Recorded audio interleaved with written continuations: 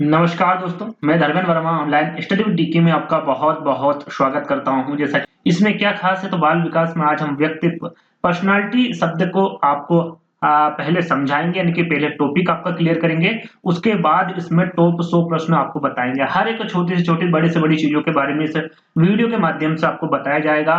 व्यक्तित्व से काफी प्रश्न आप जाते हैं, तो 2011 से 22 तक जितने भी प्रश्न पूछे गए उनको भी इस वीडियो के माध्यम से इंक्लूड किया गया है। तो आपको स्किप नहीं करना है, पूरा वीडियो देखना है। और थोड़ा बहुत भी यदि वीडियो पसंद आता है तो वीडियो को क्या कर देना है, आपको लाइक कर देना है, कमेंट कर देना है और चैनल को सब्सक्राइब कर देना है। ये वीडियो यदि आपने देख लिया तो मुझे नहीं लगता है कि दूसरा वीडियो व्यक्तित्व का आपको देखने की आवश्यकता होगी। इस प्रकार से इस वीडियो को रखा गया है। यहाँ पर टॉपिक और एमसीक्यू दोनों ही रखे गए हैं और आपके पीवाईक्यू यानी कि प्रीवियस ईयर पेपर के भी प्रश्न यहाँ पर रखे गए। तो सबसे पहले हम इसको समझेंगे, उसके बाद हम प्रश्नों की ओर चलेंगे। तो सबसे पहले व्यक्तित्व के बारे में जान लेते हैं। व्यक्तित्व को हम अंग्रेजी में क्या कहते हैं, पर्सनैलिटी कहते हैं, है ना। और हिंदी में क्या कहेंगे, इसे व्यक्तित्व कहते हैं। जो प्रश्न पूछा जाता है ये पूछा जाता है कि जो व्यक्तित्व शब्द है वो लैटिन भाषा के किस शब्द से लिया गया है, तो याद रखिएगा ये पर्सोना शब्द से लिया गया है। किस शब्द से, पर्सोना शब्द से। और इसका अर्थ क्या होता है, नकली चेहरा, मुखौटा और नकाब यानी कि मास्क होता है आपका पर्सोना का अर्थ। इंपोर्टेंट है, ध्यान दीजिएगा, है ना। यदि हम बात करें भैया व्यक्तित्व का जो निर्माण है वो कहां पर शुरुआत होता है और किसमें पूर्ण होता है, दोनों चीजें अलग अलग है, ध्यान दीजिएगा। यदि आपसे पूछे कि व्यक्तित्व के निर्माण की जो शुरुआत किसमें होती है, तो वो तो होती परिवार में। लेकिन निर्माण जो पूर्ण होता है व्यक्तित्व का वो किसमें होता है, तो समाज में होता है। समाज बालक के व्यक्तित्व का निर्माण पूर्ण करता है। कौन करता है, समाज। यानी शुरुआत कहां पर होती है, व्यक्तित्व की परिवार से होती है। और यहाँ पर आपको मैं बता दूं कि मनोविश्लेषणवाद ने व्यक्ति के जीवन के जो प्रारंभिक 5 वर्ष हैं उसका व्यक्तित्व निर्माण में महत्वपूर्ण माना है। आपके जो प्रारंभिक 5 वर्ष होते हैं व्यक्ति के, वो महत्वपूर्ण माने हैं आपके व्यक्तित्व की दृष्टि से। किसने, मनोविश्लेषणवाद ने। याद रखिएगा। अब यहाँ पर हम जो महत्वपूर्ण परिभाषा है उनके बारे में जिक्र कर लेते हैं। किसने कौन सी परिभाषा दी है, और सारी की सारी इंपोर्टेंट है, आपको सारी चीजें अच्छे से कवर कर लेना है, याद कर लेना है।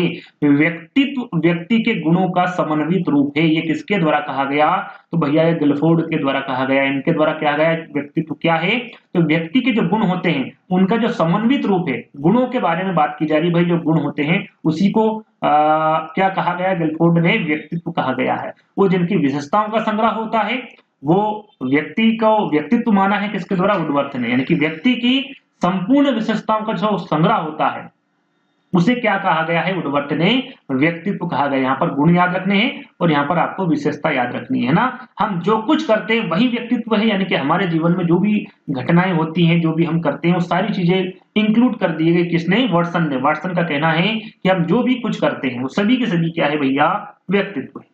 बोरिंग के अनुसार इनका क्या कहना है कि वातावरण के साथ सामान्य एवं स्थायी समायोजन, इन दोनों का जो समायोजन है ये क्या है, इनका द्वारा कहा गया है कि ये व्यक्तित्व है। वैलेंटाइन का कहना है कि व्यक्ति क्या होता है भैया, सॉरी, व्यक्तित्व क्या होता है, जन्मजात एवं अर्जित प्रवृत्तियों का योग होता है। जन्मजात एवं अर्जित प्रवृत्तियों का योग किसके द्वारा कहा गया, तो ये वैलेंटाइन के अनुसार कहा गया है ना। चलिए 3 परिभाषा और देखेंगे, उसके बाद हम यहाँ पर इनके प्रकारों को यानी कि इनके कारकों के बारे में जानेंगे। वैलेंटाइन क्या कहते हैं भैया कि व्यक्ति, सॉरी हम यहाँ पर देखिए 2 वैलेंटाइन हो गए तो उसको हटा देते हैं ना। मन के अनुसार देखते हैं पहले। व्यक्तित्व एक व्यक्ति के व्यवहार के तरीकों, रुचियों, दृष्टिकोणों, क्षमताओं, योग्यताओं तथा अभिरुचियों का सबसे विशिष्ट संगठन है। यहाँ पर मन के द्वारा कहा गया है कि जो व्यक्ति होता है उसके व्यवहार के तरीके से, रुचियां जो होती हैं, दृष्टिकोण होते हैं, उनकी क्षमता, योग्यता, अभिरुचि, इन सभी को देखते हुए बताया गया है कि सभी का संगठन क्या होगा भैया, व्यक्तित्व होगा। ये मन के द्वारा कहा गया है ना। डेसल के अनुसार क्या कहा गया है कि व्यक्तित्व व्यक्ति के संगठित व्यवहार का संपूर्ण चित्र है। ये किसके द्वारा कहा गया, डेसिल के द्वारा कहा गया। ये जितनी भी मैंने अभी आपको परिभाषा बताई गई है सभी के सभी इंपोर्टेंट हैं, इन सभी को याद कर लेना है। आगे हम इसके कारक के बारे में जानेंगे कि व्यक्तित्व को प्रभावित करने वाले कारक कौन कौन से हैं। तो याद रखिएगा, आपका वंशानुक्रम है, वातावरण है और मनोवैज्ञानिक कारक है। वंशानुक्रम वहां गुण जो बालक या फिर व्यक्ति को अपने माता पिता या फिर पूर्वजों से मिलते हो उसे क्या कहा जाता है, वंशानुक्रम कहते हैं। किससे मिलते हैं, माता पिता या फिर पूर्वजों से मिलते हैं, उसे क्या कहते हैं, उन गुणों को वंशानुक्रम कहते हैं। वातावरण के अंतर्गत बालक का जो विद्यालय होता है, खेल का मैदान होता है, समाज परिवार आदि कारक होता है, ये किसके अंतर्गत आता है भैया? ये वातावरण के अंतर्गत आता है। वातावरण में आपका विद्यालय आ गया, खेल का मैदान, समाज परिवार, ये सारी चीजें किसके अंतर्गत आ जाती है? वातावरण के अंतर्गत आ जाती है। इसका बात करें तीसरे मनोवैज्ञानिक कारक की, तो इसके अंतर्गत बालक की रुचि आ जाती है, आपकी अभिवृत्ति आ जाती है, अभिक्षमता, ये सारे के सारे जो कारक होंगे ये मनोवैज्ञानिक कारक के अंतर्गत आएंगे। तो वंशानुक्रम, वातावरण और मनोवैज्ञानिक कारक, इन तीनों के बारे में आपको पता होना चाहिए। अब यहाँ पर व्यक्तित्व के प्रकार हम जानेंगे। व्यक्तित्व का पहला प्रकार्यात्मक वर्गीकरण, ये पूछा जाता है, याद रखिएगा भैया, व्यक्ति का जो पहला या फिर सर्वप्रथम प्रकार्यात्मक वर्गीकरण है किसके द्वारा किया गया प्रस्तुत, ये आपसे पूछा जा सकता है और पूछा भी गया है, तो याद रखिएगा ये हिप्पोक्रेट्स के द्वारा प्रस्तुत किया गया है आपका व्यक्तित्व का पहला प्रकार्यात्मक वर्गीकरण। यहाँ पर ये भी पूछा जाता है आपसे कि भैया शरीर द्रव्यों के आधार पर जो व्यक्तित्व का वर्गीकरण किया है वो कितने भागों में कितने प्रकार बताए हैं, तो याद रखिएगा 4 प्रकार किसके द्वारा बताए गए हैं? हिप्पोक्रेट्स के द्वारा। कौन कौन से? काले पित्त वाले व्यक्तित्व, पीले पित्त वाले व्यक्तित्व, कफ श्लेमा प्रवृत्ति वाले या फिर रुधिर प्रवृत्ति वाले, ये 4 प्रकार बताए हैं किसके द्वारा? हिप्पोक्रेट्स के द्वारा। इनको एक एक करके हम समझेंगे भी, यहाँ पर लिखा हुआ है स्पष्ट रूप से कि भाई काले पित्त वाले यानी काले, यदि हम यहाँ पर एक ट्रिक के माध्यम से चले तो काले के मतलब होता है जो काले मन वाले, वो कैसे होते हैं? उदास होते हैं, है ना, मंदित होते हैं, निराशावादी व्यक्ति होते हैं। ऐसे व्यक्तियों को किसके अंतर्गत रखा गया है? काले पित्त वाले व्यक्तित्व के अंतर्गत रखा गया है हिप्पोक्रेट्स में, है ना। पीले पित्त वाले, पीले पड़ना, है ना, गुस्से हो जाते हैं, चिड़चिड़े हो जाते हैं, स्वभाव वाले जो व्यक्ति होते हैं वो किसके अंतर्गत आते हैं भैया? पीले पित्त वाले व्यक्तित्व के अंतर्गत आते हैं। यहाँ पर कफ यानी कि कोई बच्चा बीमार हो गया तो कैसा बिल्कुल निष्क्रिय हो जाता है ना, भाव शून्य हो जाता है कह सकते हैं, और विरक्त हो जाता है। तो इस प्रकार के जो व्यक्ति होते हैं, व्यक्तित्व वाले होते हैं, उसे कफ श्लेमा प्रवृत्ति वाले व्यक्तित्व में रखा गया है। निरक्त को भाव शून्य, और जो निष्क्रिय वाले व्यक्ति होते हैं उनको, है ना। रुधिर प्रवृत्ति वाले, जो रुधिर प्रवृत्ति वाले व्यक्ति होते हैं उसमें आपका प्रसन्न, खुशमिजाज, आशावादी जो व्यक्ति होते हैं, ये याद रखिएगा कि जो निराशावादी है वो काले पित्त वाले में आएगा, और जो आशावादी है वो रुधिर प्रवृत्ति वाले में आएगा, और जो निष्क्रिय व्यक्ति होते हैं वो कफ यानी कि श्लेमा प्रवृत्ति वाले व्यक्तित्व में आएंगे। प्रसन्न खुशमिजाज जो व्यक्ति होते हैं वो आपके रुधिर प्रवृत्ति वाले व्यक्तित्व के अंतर्गत आते हैं। तो पहला, दूसरा, तीसरा और चौथा, है ना, ये जो 4 प्रकार हैं इनको हम देख चुके हैं। चलिए आगे बात करेंगे। अब बात करेंगे भैया शरीर रचना के आधार पर, शरीर रचना के आधार पर जर्मन मनोवैज्ञानिक क्रेस्मर ने व्यक्तित्व के 4 प्रकार बताए हैं। ये इंपोर्टेंट आईएमपी क्रेस्मर पूछा जाता है भैया, क्रेस्मर ने व्यक्तित्व के कितने प्रकार बताए हैं? तो 4 प्रकार बताए हैं। किसके आधार पर? शरीर रचना के आधार पर, ये आपको पता होना चाहिए, है ना। कौन कौन से? गोलकाय जिसे पिकनिक प्रकार भी कहते हैं, लंबकाय जिसे एंथेनिक भी कहते हैं, सुडोलकाय जिसे स्थनिक कहते हैं, सुडोलकाय को स्थनिक नहीं कहते, एथलीट कहते हैं ना, एथलीट कहा जाता है। और मिश्रित काय जिसे डिस्प्लेटिक कहा जाता है। तो गोलकाय, लंबकाय, सुडोलकाय और मिश्रित काय, इन चारों के बारे में एक एक करके जानेंगे। सबसे पहले हम जानते हैं गोलकाय के बारे में कि भाई इस प्रकार के जो व्यक्ति होते हैं वो कैसे होते हैं।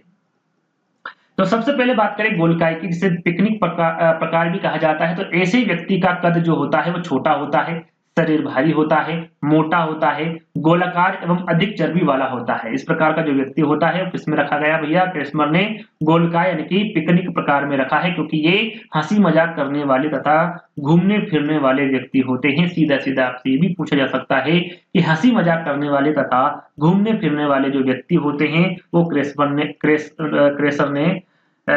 ने किस में रखा है ना, किस प्रकार में रखा है? तो आपको पता होना चाहिए गोलकाय, जिसको पिकनिक प्रकार भी कहा जाता है। साथ में हम इसकी बात करें तो भैया ये आपके जो गोलकाय प्रकार के व्यक्ति होते हैं ये खाने के शौकीन तथा वर्तमान में जीने वाले होते हैं। साथ में ऐसे व्यक्तियों की गर्दन छोटी और मोटी होती है। ऐसे व्यक्तियों को गुस्सा नहीं आता है जो गोलकाय में आते हैं। और पिकनिक प्रकार के व्यक्तित्व को साइक्लोआइड, याद रखिएगा, इसे साइक्लोआइड और गोलकाय व्यक्तित्व के नाम से भी जाना जाता है। जैसे कि गोलकाय तो मैं आपको बता चुका हूं, साथ में पिकनिक प्रकार और एक और नाम आपको याद रखना है साइक्लोआइड, है ना। ये 3 प्रकार के बारे में आपको पता होना चाहिए, तीनों के नाम एक ही है। चलिए अब बात करते हैं भाई लंबकाय, है ना। लंबकाय के बारे में बात कर लेते हैं, जिसे एंथेनिक प्रकार कहा जाता है इंग्लिश में। और ऐसे व्यक्ति का जो शरीर होता है वो दुबला पतला होता है। जैसे कि हमने गोलकाय के बारे में जाना, भैया ऐसे व्यक्ति का जो कद होता है वो छोटा, शरीर भारी होता है, मोटा होता है ना, वो गोलकाय में आता है। लेकिन जिसका शरीर दुबला पतला होता है वे कमजोर और चिड़चिड़े स्वभाव वाले होते हैं। लंबकाय यानी कि लंबा, एक तरह से जो लंबा व्यक्ति होता है वो कैसा होता है, दुबला और पतला होता है। गोल जो व्यक्ति होता है वो हमेशा मोटा होता है, ताजा होता है ना। तो यहाँ पर लंबकाय के बारे में पूछा, लंबे व्यक्ति के बारे में ऐसा आप एक ट्रिक के माध्यम से जान सकते हैं। भैया ऐसे व्यक्ति का शरीर कैसा होता है, दुबला पतला होता है और अतः वह कमजोर और चिड़चिड़े स्वभाव वाले होते हैं। ये कल्पना की दुनिया में खोए होते हैं। कौन, लंबकाय वाले व्यक्ति, है ना। और दिव्या स्वप्न अधिक देखते हैं, यानी कि इनको जो सपना है वो अधिक आता है। इसी कारण ये छोटी छोटी बातों पर क्या होते हैं, चिड़चिड़े हो जाते हैं। और यहाँ सामाजिक उत्तरदायित्व से दूर रहने की प्रवृत्ति तथा दिवा स्वप्न अधिक रखते हैं।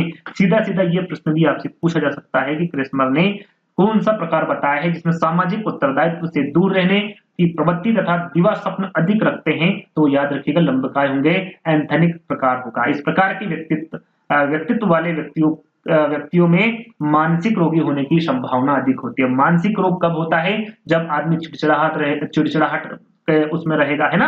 छोटी छोटी बातों पर वो चिढ़ जाएगा, उसका शरीर दुबला पतला, दुबला पतला तो ये एक आपका शारीरिक चीजें हो गई। लेकिन जो मानसिक चीजें हैं इसमें आप छोटी छोटी बातों पर चिढ़ जाते हैं, तो उससे भी क्या होता है, मानसिक रोग होने की संभावना अधिक होती है। तो ये जो व्यक्ति होते हैं किसमें होते हैं, लंबकाय यानी कि एंथेनिक प्रकार के व्यक्ति के अंतर्गत आते हैं। और किसके द्वारा बताया गया है ये, तो ये क्रेस्मर के द्वारा बताया गया है। ये आपको ध्यान हमेशा रखना है ना।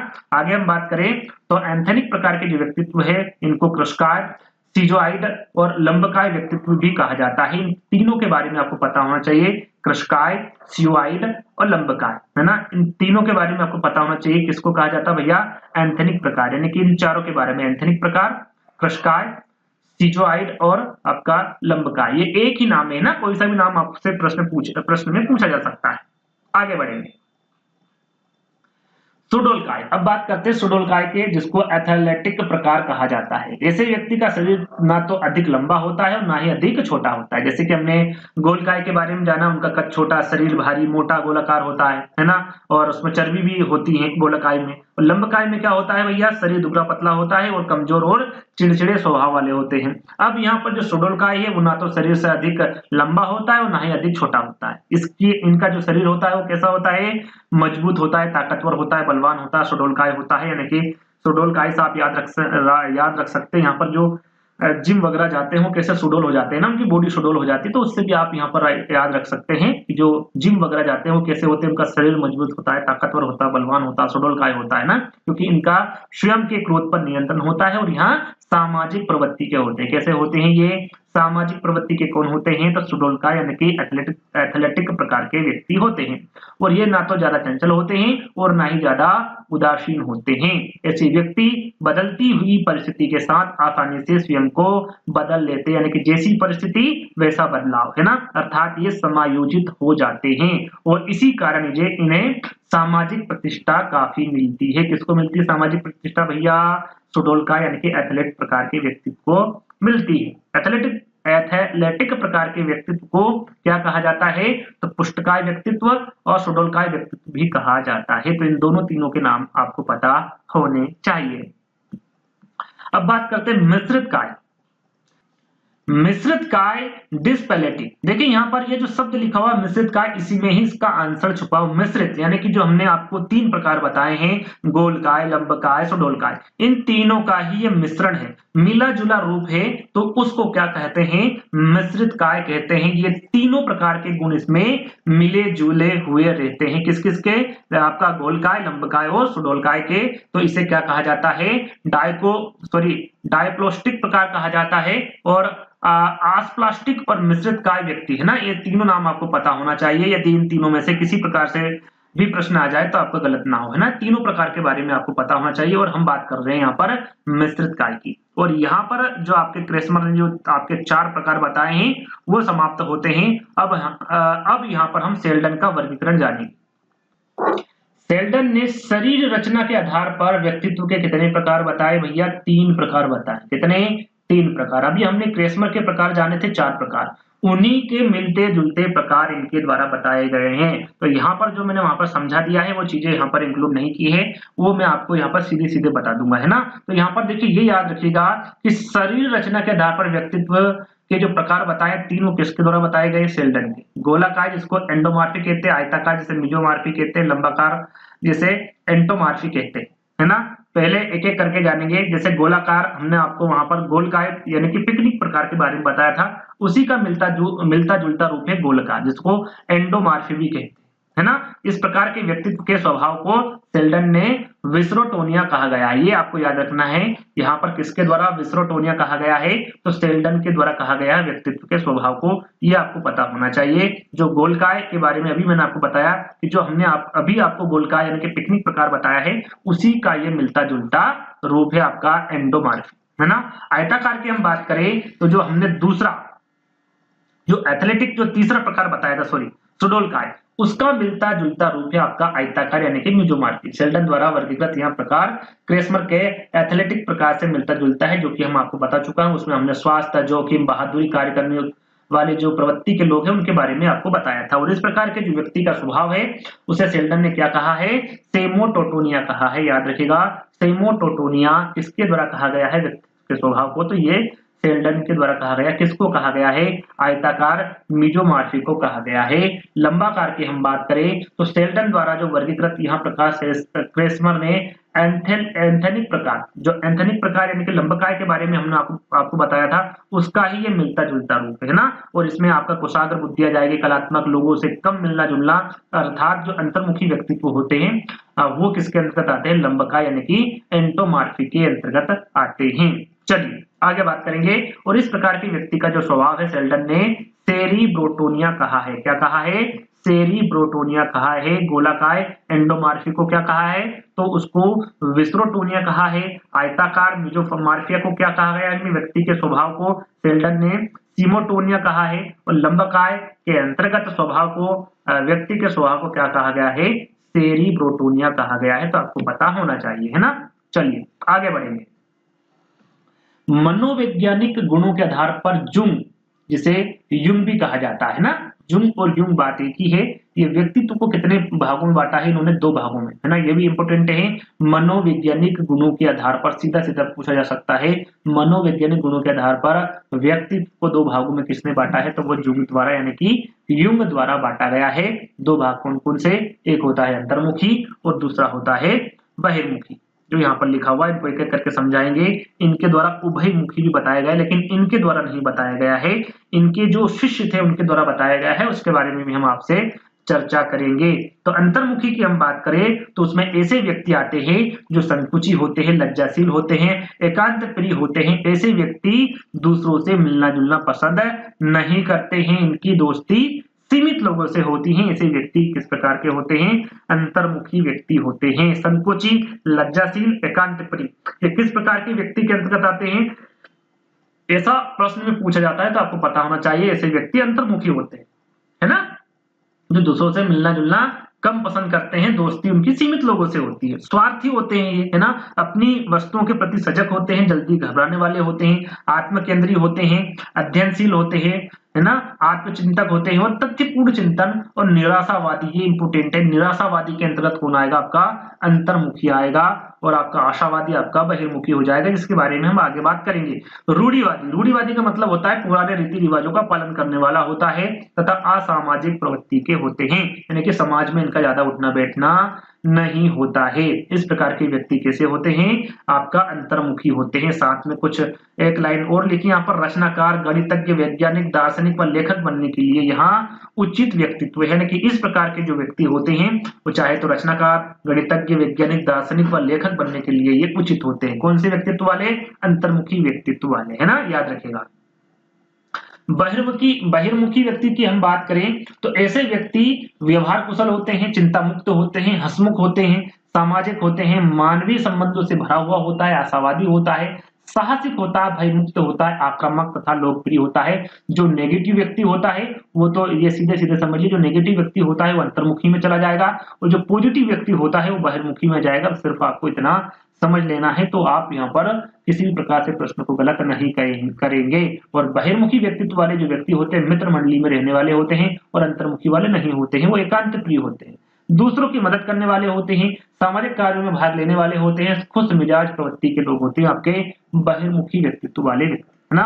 अच्छा शिक्षक, इस प्रकार की जो व्यक्ति होते हैं वो अच्छा शिक्षक बन जाता है, अच्छा नेता, अच्छा व्यापारी, अच्छा वकील व क्रांतिकारी बनने के लिए ये उचित व्यक्तित्व होता है जिसमें बहिर्मुखी के गुण होते हैं। चाहे तो वो अच्छा शिक्षक बन सकता है, अच्छा नेता, अच्छा व्यापारी या फिर अच्छा वकील, है ना। क्रांतिकारी भी वो बन सकता है, ये व्यक्तित्व उचित होगा उसके लिए, है ना। तो दो आपको मैंने बता दिए। अब जो तीसरा मैं बताऊंगा, एक और यहाँ पर पॉइंट है कि एक सृजनशील बालक का व्यक्तित्व कैसा होता है, बहिर्मुखी होता है, याद रखिएगा। यहाँ पर पूछ ले कि सृजनशील बालक का व्यक्तित्व कैसा होता है, तो आपको पता होना चाहिए बहिर्मुखी होता है ना। जैसे कि अभी मैंने आपको बताया कि इनके द्वारा कितने प्रकार बताए हैं, 2 प्रकार। किनके द्वारा भैया, 2 प्रकार किनके द्वारा बताए हैं, युंग, है ना, इसको जुंग भी कहते हैं। लेकिन इनके बताने के बाद इनके शिष्यों ने कहा कि समाज में कुछ लोग ऐसे भी होते हैं जिनमें दोनों ही प्रकारों के लक्षण होते हैं, यानी कि उनमें आपका बहिर्मुखी भी होता है और उभयमुखी भी होता है। तो इस प्रकार के जो व्यक्तित्व होते हैं उनको किस में रखा गया है, उनको उभयमुखी व्यक्तित्व कहा गया है। इस प्रकार के जो व्यक्ति होते हैं उसमें कुछ गुण अंतर्मुखी का होता है और कुछ गुण आपके किसका होता है, बहिर्मुखी व्यक्तित्व का होता है। दोनों मिला जुला होता है और समायोजित एवं उचित व्यक्तित्व दर्शाने के लिए यह उचित व्यक्तित्व होता है। कौन सा, उभयमुखी का। तो ये इनके शिष्यों द्वारा बताया गया है ना। तो ये तीसरा होगा आपका उभयमुखी। चलिए आगे बढ़ेंगे। आइजैक ने व्यक्तित्व के कितने प्रकार बताए, सीधा सीधा आपसे पूछे तो याद होना चाहिए, 4 प्रकार बताए हैं। एक आपका अंतर्मुखी जिसके बारे में हम चर्चा कर चुके हैं, एक होता है बहिर्मुखी जिसके बारे में आपको बता चुके हैं, तीसरा है स्वयं विरोधी जिसे न्यूरोटिक भी कहा जाता है। ऐसे जो व्यक्ति होते हैं वो हर समय हर घटना में स्वयं को जिम्मेदार मानता है, कोई सी भी घटना हो जाए तो किसको जिम्मेदार मानेगा, खुद को मानेगा, स्वयं को मानेगा। ऐसे व्यक्ति कौन सा होगा, स्वयं विरोधी होगा, जैसे न्यूरोटिक भी कहता है। स्वयं विरोधी यहाँ पर आपका शब्द से ही पता चल रहा है, जैसे कि समाज विरोधी, यहाँ पर शब्द से ही पता चल रहा है, जैसे साइकोटिक कहा जाता है। ऐसे व्यक्ति समाज के नियमों कानूनों को हर समय गलत मानते हैं, वो समाज के विरोधी होते हैं, सीधा सीधा ये मतलब होता है इसका, है ना। तो आपने जाना भी कि आइजैक ने व्यक्ति के 4 प्रकार बताए हैं, अंतर्मुखी, बहिर्मुखी, स्वयं विरोधी और समाज विरोधी, है ना। आगे बढ़ेंगे। समाज शास्त्रीय आधार पर, यहाँ पर समाज शास्त्रीय आधार पर स्पेंसर ने अपनी पुस्तक टाइप्स ऑफ मैन, यहाँ पर पुस्तक का नाम आपको पता होना चाहिए, कौन सी पुस्तक, टाइप्स ऑफ मैन में व्यक्तित्व को रुचियों के आधार पर कितने भागों में बांटा भैया, 6 भागों में। किसके द्वारा, रुचियों के आधार पर कितने भागों में बांटा गया है, तो 6 भागों में बांटा गया। कौन सी पुस्तक में, टाइप्स ऑफ मैन में, किसके द्वारा, स्पेंसर द्वारा, है ना। यहाँ पर नाम आपको पता होना चाहिए, बुक का नाम, और कितने भाग बताए हैं व्यक्तित्व के, इसके बारे में आपको पता होना चाहिए। 6 भाग कौन कौन से, सबसे पहले हम जान लेते हैं कि यहाँ वर्गीकरण व्यक्ति के सामाजिक कार्य व स्थिति के आधार पर दिया गया है। किसके, सामाजिक कार्य और स्थिति के आधार पर इन 6 भागों को वर्गीकृत किया है। अब 6 भाग कौन कौन से हैं आपके सामने हैं। सैद्धांतिक, जो सैद्धांतिक व्यक्तित्व है, इसमें सिद्धांतवादी व्यक्ति जिसमें कवि और लेखक आते हैं, है ना। सैद्धांतिकवादी व्यक्ति इसके अंतर्गत आएगा सैद्धांतिक में, और उसमें जो व्यक्ति आएंगे वो कवि आ जाएगा और लेखक आ जाएगा आपका। आर्थिक, धन एकत्रित करने वाले व्यक्ति कौन होते हैं भैया, व्यापारी होते हैं और उद्योगपति होते हैं, है ना। धार्मिक, रहस्यवादी व आध्यात्म प्रवृत्ति वाले जो व्यक्ति होते हैं, जैसे कि आपका साधु और पंडित, किसमें आएगा, धार्मिक प्रवृत्ति में आ जाएंगे। राजनीतिक प्रवृत्ति की हम बात करें तो इसमें प्रभुत्ववादी व लोलुप वाले व्यक्ति, जैसे कि आपका जो नेता है प्रशासनिक कार्य करने वाले होते हैं, और राजनीतिक में, यानी कि इसके नाम से ही पता चल रहा है आपको। सामाजिक की हम बात करें तो जो समाज सेवी होते हैं, यानी कि सामाजिक कार्यों में व्यस्त रहने वाले जो व्यक्ति होते हैं वो सामाजिक होते हैं। और जो कलात्मक होते हैं वो सौंदर्य प्रेमी व्यक्ति होते हैं, जैसे कि आपका चित्रकार हो गया, कलाकार हो गया, प्रकृति प्रेमी हो गया। तो यहाँ पर यदि आप इसके जो 6 वर्गीकरण को जानेंगे, 6 भाग को जानेंगे, तो उसी के हिसाब से यहाँ पर इनका वर्गीकरण किया गया है। इनको यहाँ पर यानी कि इनके शब्द से ही इनके बारे में पता चल रहा है सीधा सीधा, है ना। चलिए 6 प्रकार आपको समझ में आ गए। अब चलते हैं भैया थॉर्नडाइक के बारे में। कि विचार एवं कल्पना के आधार पर वर्गीकरण करते हुए थॉर्नडाइक ने व्यक्तित्व के कितने प्रकार बताए हैं? 3 प्रकार बताए। कितने? 3। थॉर्नडाइक ने व्यक्तित्व के 3 प्रकार बताए। कौन-कौन से? सूक्ष्म विचारक, प्रत्यक्ष विचारक और स्थूल विचारक। एक-एक करके जानेंगे। यहाँ पर देखिए प्रत्यक्ष विचारक की हम बात करें, भैया कोई भी व्यक्ति जब प्रत्यक्ष रूप से घटनाओं के आधार पर विचार बनाता है उसे प्रत्यक्ष विचारक कहते हैं। जैसे कि पुलिस अधिकारी, आपने पुलिस अधिकारी को देखा होगा, जहां पर कोई घटना हो जाती है तो वहीं पर जाकर वो सारी चीजें को लिखता है, जो भी पंचनामा वगैरह होता है वो सारी चीजें प्रत्यक्ष रूप से देखी गई बातों को वहां पर लिखता है ना। तो जब प्रत्यक्ष रूप से घटनाओं के आधार पर विचार बनाता है तो उसे प्रत्यक्ष विचारक कहते हैं, जैसे कि पुलिस अधिकारी, है ना। सूक्ष्म विचारक जो छोटी से छोटी बातों का गहन अध्ययन करता है, व्यक्ति किसी विषय को गहनता पूर्वक अवलोकन करने के आधार पर विचार बनाता है, उसे सूक्ष्म विचारक कहते हैं। जैसे कि न्यायाधीश, आपने न्यायाधीश को देखा होगा, वो बहुत गहनता से अध्ययन करता है ताकि किसी भी निर्दोष व्यक्ति को किसी प्रकार की कोई सजा ना हो। बहुत ही अच्छे तरीके से वो अपना अवलोकन करेगा किसी भी चीजों का, है ना, चाहे वो किसी को सजा देना हो या फिर कोई निर्दोष व्यक्ति। अगला है तीसरा, एक स्थूल विचारक, किसी भी व्यक्ति का लाभ एवं हानि के आधार पर विचार बनाता है, स्थूल विचारक कहलाता है। जैसे कि एक नेता, एक व्यापारी, लाभ हानि के माध्यम से वो विचार बनाता है, तो ऐसे व्यक्ति किसमें चले जाएंगे? स्थूल विचारक में चले जाएंगे, एक नेता और एक व्यापारी, याद रखिएगा। आगे बढ़ेंगे। ये आपके थॉर्नडाइक के 3 प्रकार हमने बताए। अब बात करते हैं भैया भारतीय दृष्टिकोण के अनुसार व्यक्तित्व के कितने प्रकार बताए हैं? 3 प्रकार बताए हैं। कौन-कौन से? यहाँ पर उसके पहले आपको पता होना चाहिए कि भारतीय दर्शन की उत्कृष्ट कृति श्रीमद् भागवत गीता के अध्याय 14 के श्लोक 9 में 3 गुणों के आधार पर व्यक्तित्व के 3 भाग बताए हैं, है ना। जो यहाँ पर बताया कि भारतीय दृष्टिकोण के अनुसार, या फिर ये सीधा-सीधा पूछ ले आपसे, है ना, प्रश्न और पूछे कि व्यक्तित्व कितने भाग बताए हैं, तो 3 भाग बताए। कौन-कौन से? सात्विक, जिसे सतोगुणी यानी कि सफेद भी कहते हैं। आपका दूसरा है राजसी, जिसे रजोगुणी यानी कि लाल कहते हैं। तीसरा है तामसी, तमोगुणी, जिसे काला कहते हैं। एक-एक करके जानेंगे। पहले सात्विकी यानी कि सतोगुणी यानी कि सफेद के बारे में हम जाने, तो ये व्यक्ति धार्मिक प्रवृत्ति के अर्थात ईश्वर में विश्वास करने वाले होते हैं, सतोगुणी, है ना। ये यहाँ पर शब्द से ही पता चल रहा है ये किस प्रकार के व्यक्ति होते हैं? धार्मिक प्रवृत्ति के अर्थात ईश्वर में विश्वास करने वाले होते हैं, यज्ञानुष्ठान व दूसरों का भला करने में अपना समय व्यतीत करते हैं, यानी कि साफ दिल के होते हैं, सफेद दिल के होते हैं, आप ऐसा मान सकते हैं। इसमें आपका धार्मिक, सहयोगी, मिलनसार, आदर्श व्यक्ति होते हैं आपके सात्विक यानी कि सतोगुणी, है ना। राजसी, रजोगुणी की हम बात करें, ये व्यक्ति कर्म में विश्वास करते हैं, महत्वाकांक्षी प्रवृत्ति व्यक्ति सत्ता प्राप्ति की इच्छा रखते हैं, जैसे कि रजगुणी वीर, साहसी, निडर, सेवक, राजा, राक्षस, बलिदानी, ये सभी क्या है? कर्म पे विश्वास करते हैं। तो इस प्रकार के व्यक्ति किसमें रहेंगे? आपके राजसी यानी कि रजोगुणी में रहेंगे, जिसे हम लाल भी कहते हैं। तामसी यानी कि तमोगुणी, जिसको हम काला कहते हैं, ये व्यक्ति जो होते हैं ये सुख प्राप्ति में विश्वास रखते हैं, ये आलस्य की प्रवृत्ति वाले होते हैं, ये अमानवीय व्यवहार से युक्त होते हैं, जिसे आलसी कहते हैं। जिस प्रकार के व्यक्ति होते हैं वो आलसी होते हैं, अंधकार प्रिय होते हैं, झगड़ालू होते हैं, असामाजिक प्रकृति के जो व्यक्ति होते हैं वो तामसी, तमोगुणी यानी कि काला होते हैं, यानी काला दिल, है ना, सफेद दिल, लाल दिल। तो इनसे आप इन प्रश्नों को इनको याद कर सकते हैं ना, इन गुणों को, या कह सकते हैं इन वर्गीकरणों को। चलिए आगे बढ़ेंगे। आधुनिक दृष्टि से बात करें तो व्यक्तित्व को कितने भागों में बांटा है? तो यहाँ पर भी 3 भाग है। अब 3 भाग कौन-कौन से हैं? भावशील, जिसे भावुक व्यक्ति कहते हैं, कर्मशील व्यक्ति, विचारशील व्यक्ति। शब्द में ही यहाँ पर इसकी थ्योरी छुपी हुई है। भावशील यानी कि भावुक व्यक्ति की हम बात करें तो ये भावुक प्रवृत्ति के होते हैं, सदा दुखी रहते हैं, दूसरे के दुख में दुखी होते, किसी की बात मान लेते हैं, यानी कि भावुक बहुत जल्दी हो जाते हैं, इस प्रकार के व्यक्ति, है ना।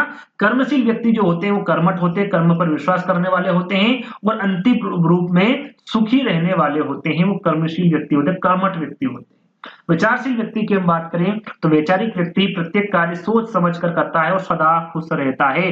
वैचारशील यानी कि सोच समझ कर कार्य करता है ना, विचार करके कार्य करता है, इस प्रकार के व्यक्ति विचारशील व्यक्ति के अंतर्गत आएगा। आगे हम बात करें, अब बात करते हैं व्यक्तित्व के प्रमुख सिद्धांत के बारे में। हम व्यक्तित्व के बारे में बात कर रहे हैं तो इनके जो प्रमुख सिद्धांत हैं वो किसके द्वारा दिया गया है, ये सिद्धांत वो आपको पता होना चाहिए। यहाँ पर देखिए मनोविश्लेषण सिद्धांत के बारे में पूछे या फिर मनोविश्लेषण सिद्धांत के जनक के बारे में पूछे, वो कौन होंगे? सिगमंड फ्रायड होंगे।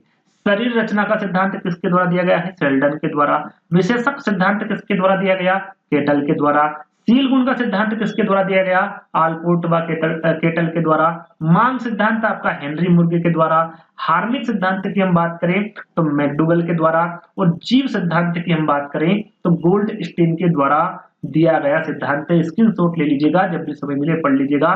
सारे के सारे इंपोर्टेंट सिद्धांत हैं और व्यक्तित्व के प्रमुख सिद्धांत हैं, है ना। चलिए आगे बात करें। अब बात करते हैं इनके जो प्रमुख व्यक्तित्व के जो प्रमुख सिद्धांत हैं उसके बारे में बात करेंगे। सबसे पहले मनोविश्लेषण सिद्धांत के बारे में बात करते हैं और काफी आईएमपी व्यक्तित्व की दृष्टि से यानी कि बाल विकास की दृष्टि से काफी प्रश्न पूछे जाते हैं, चाहे आपका रेट फर्स्ट हो या फिर सेकंड।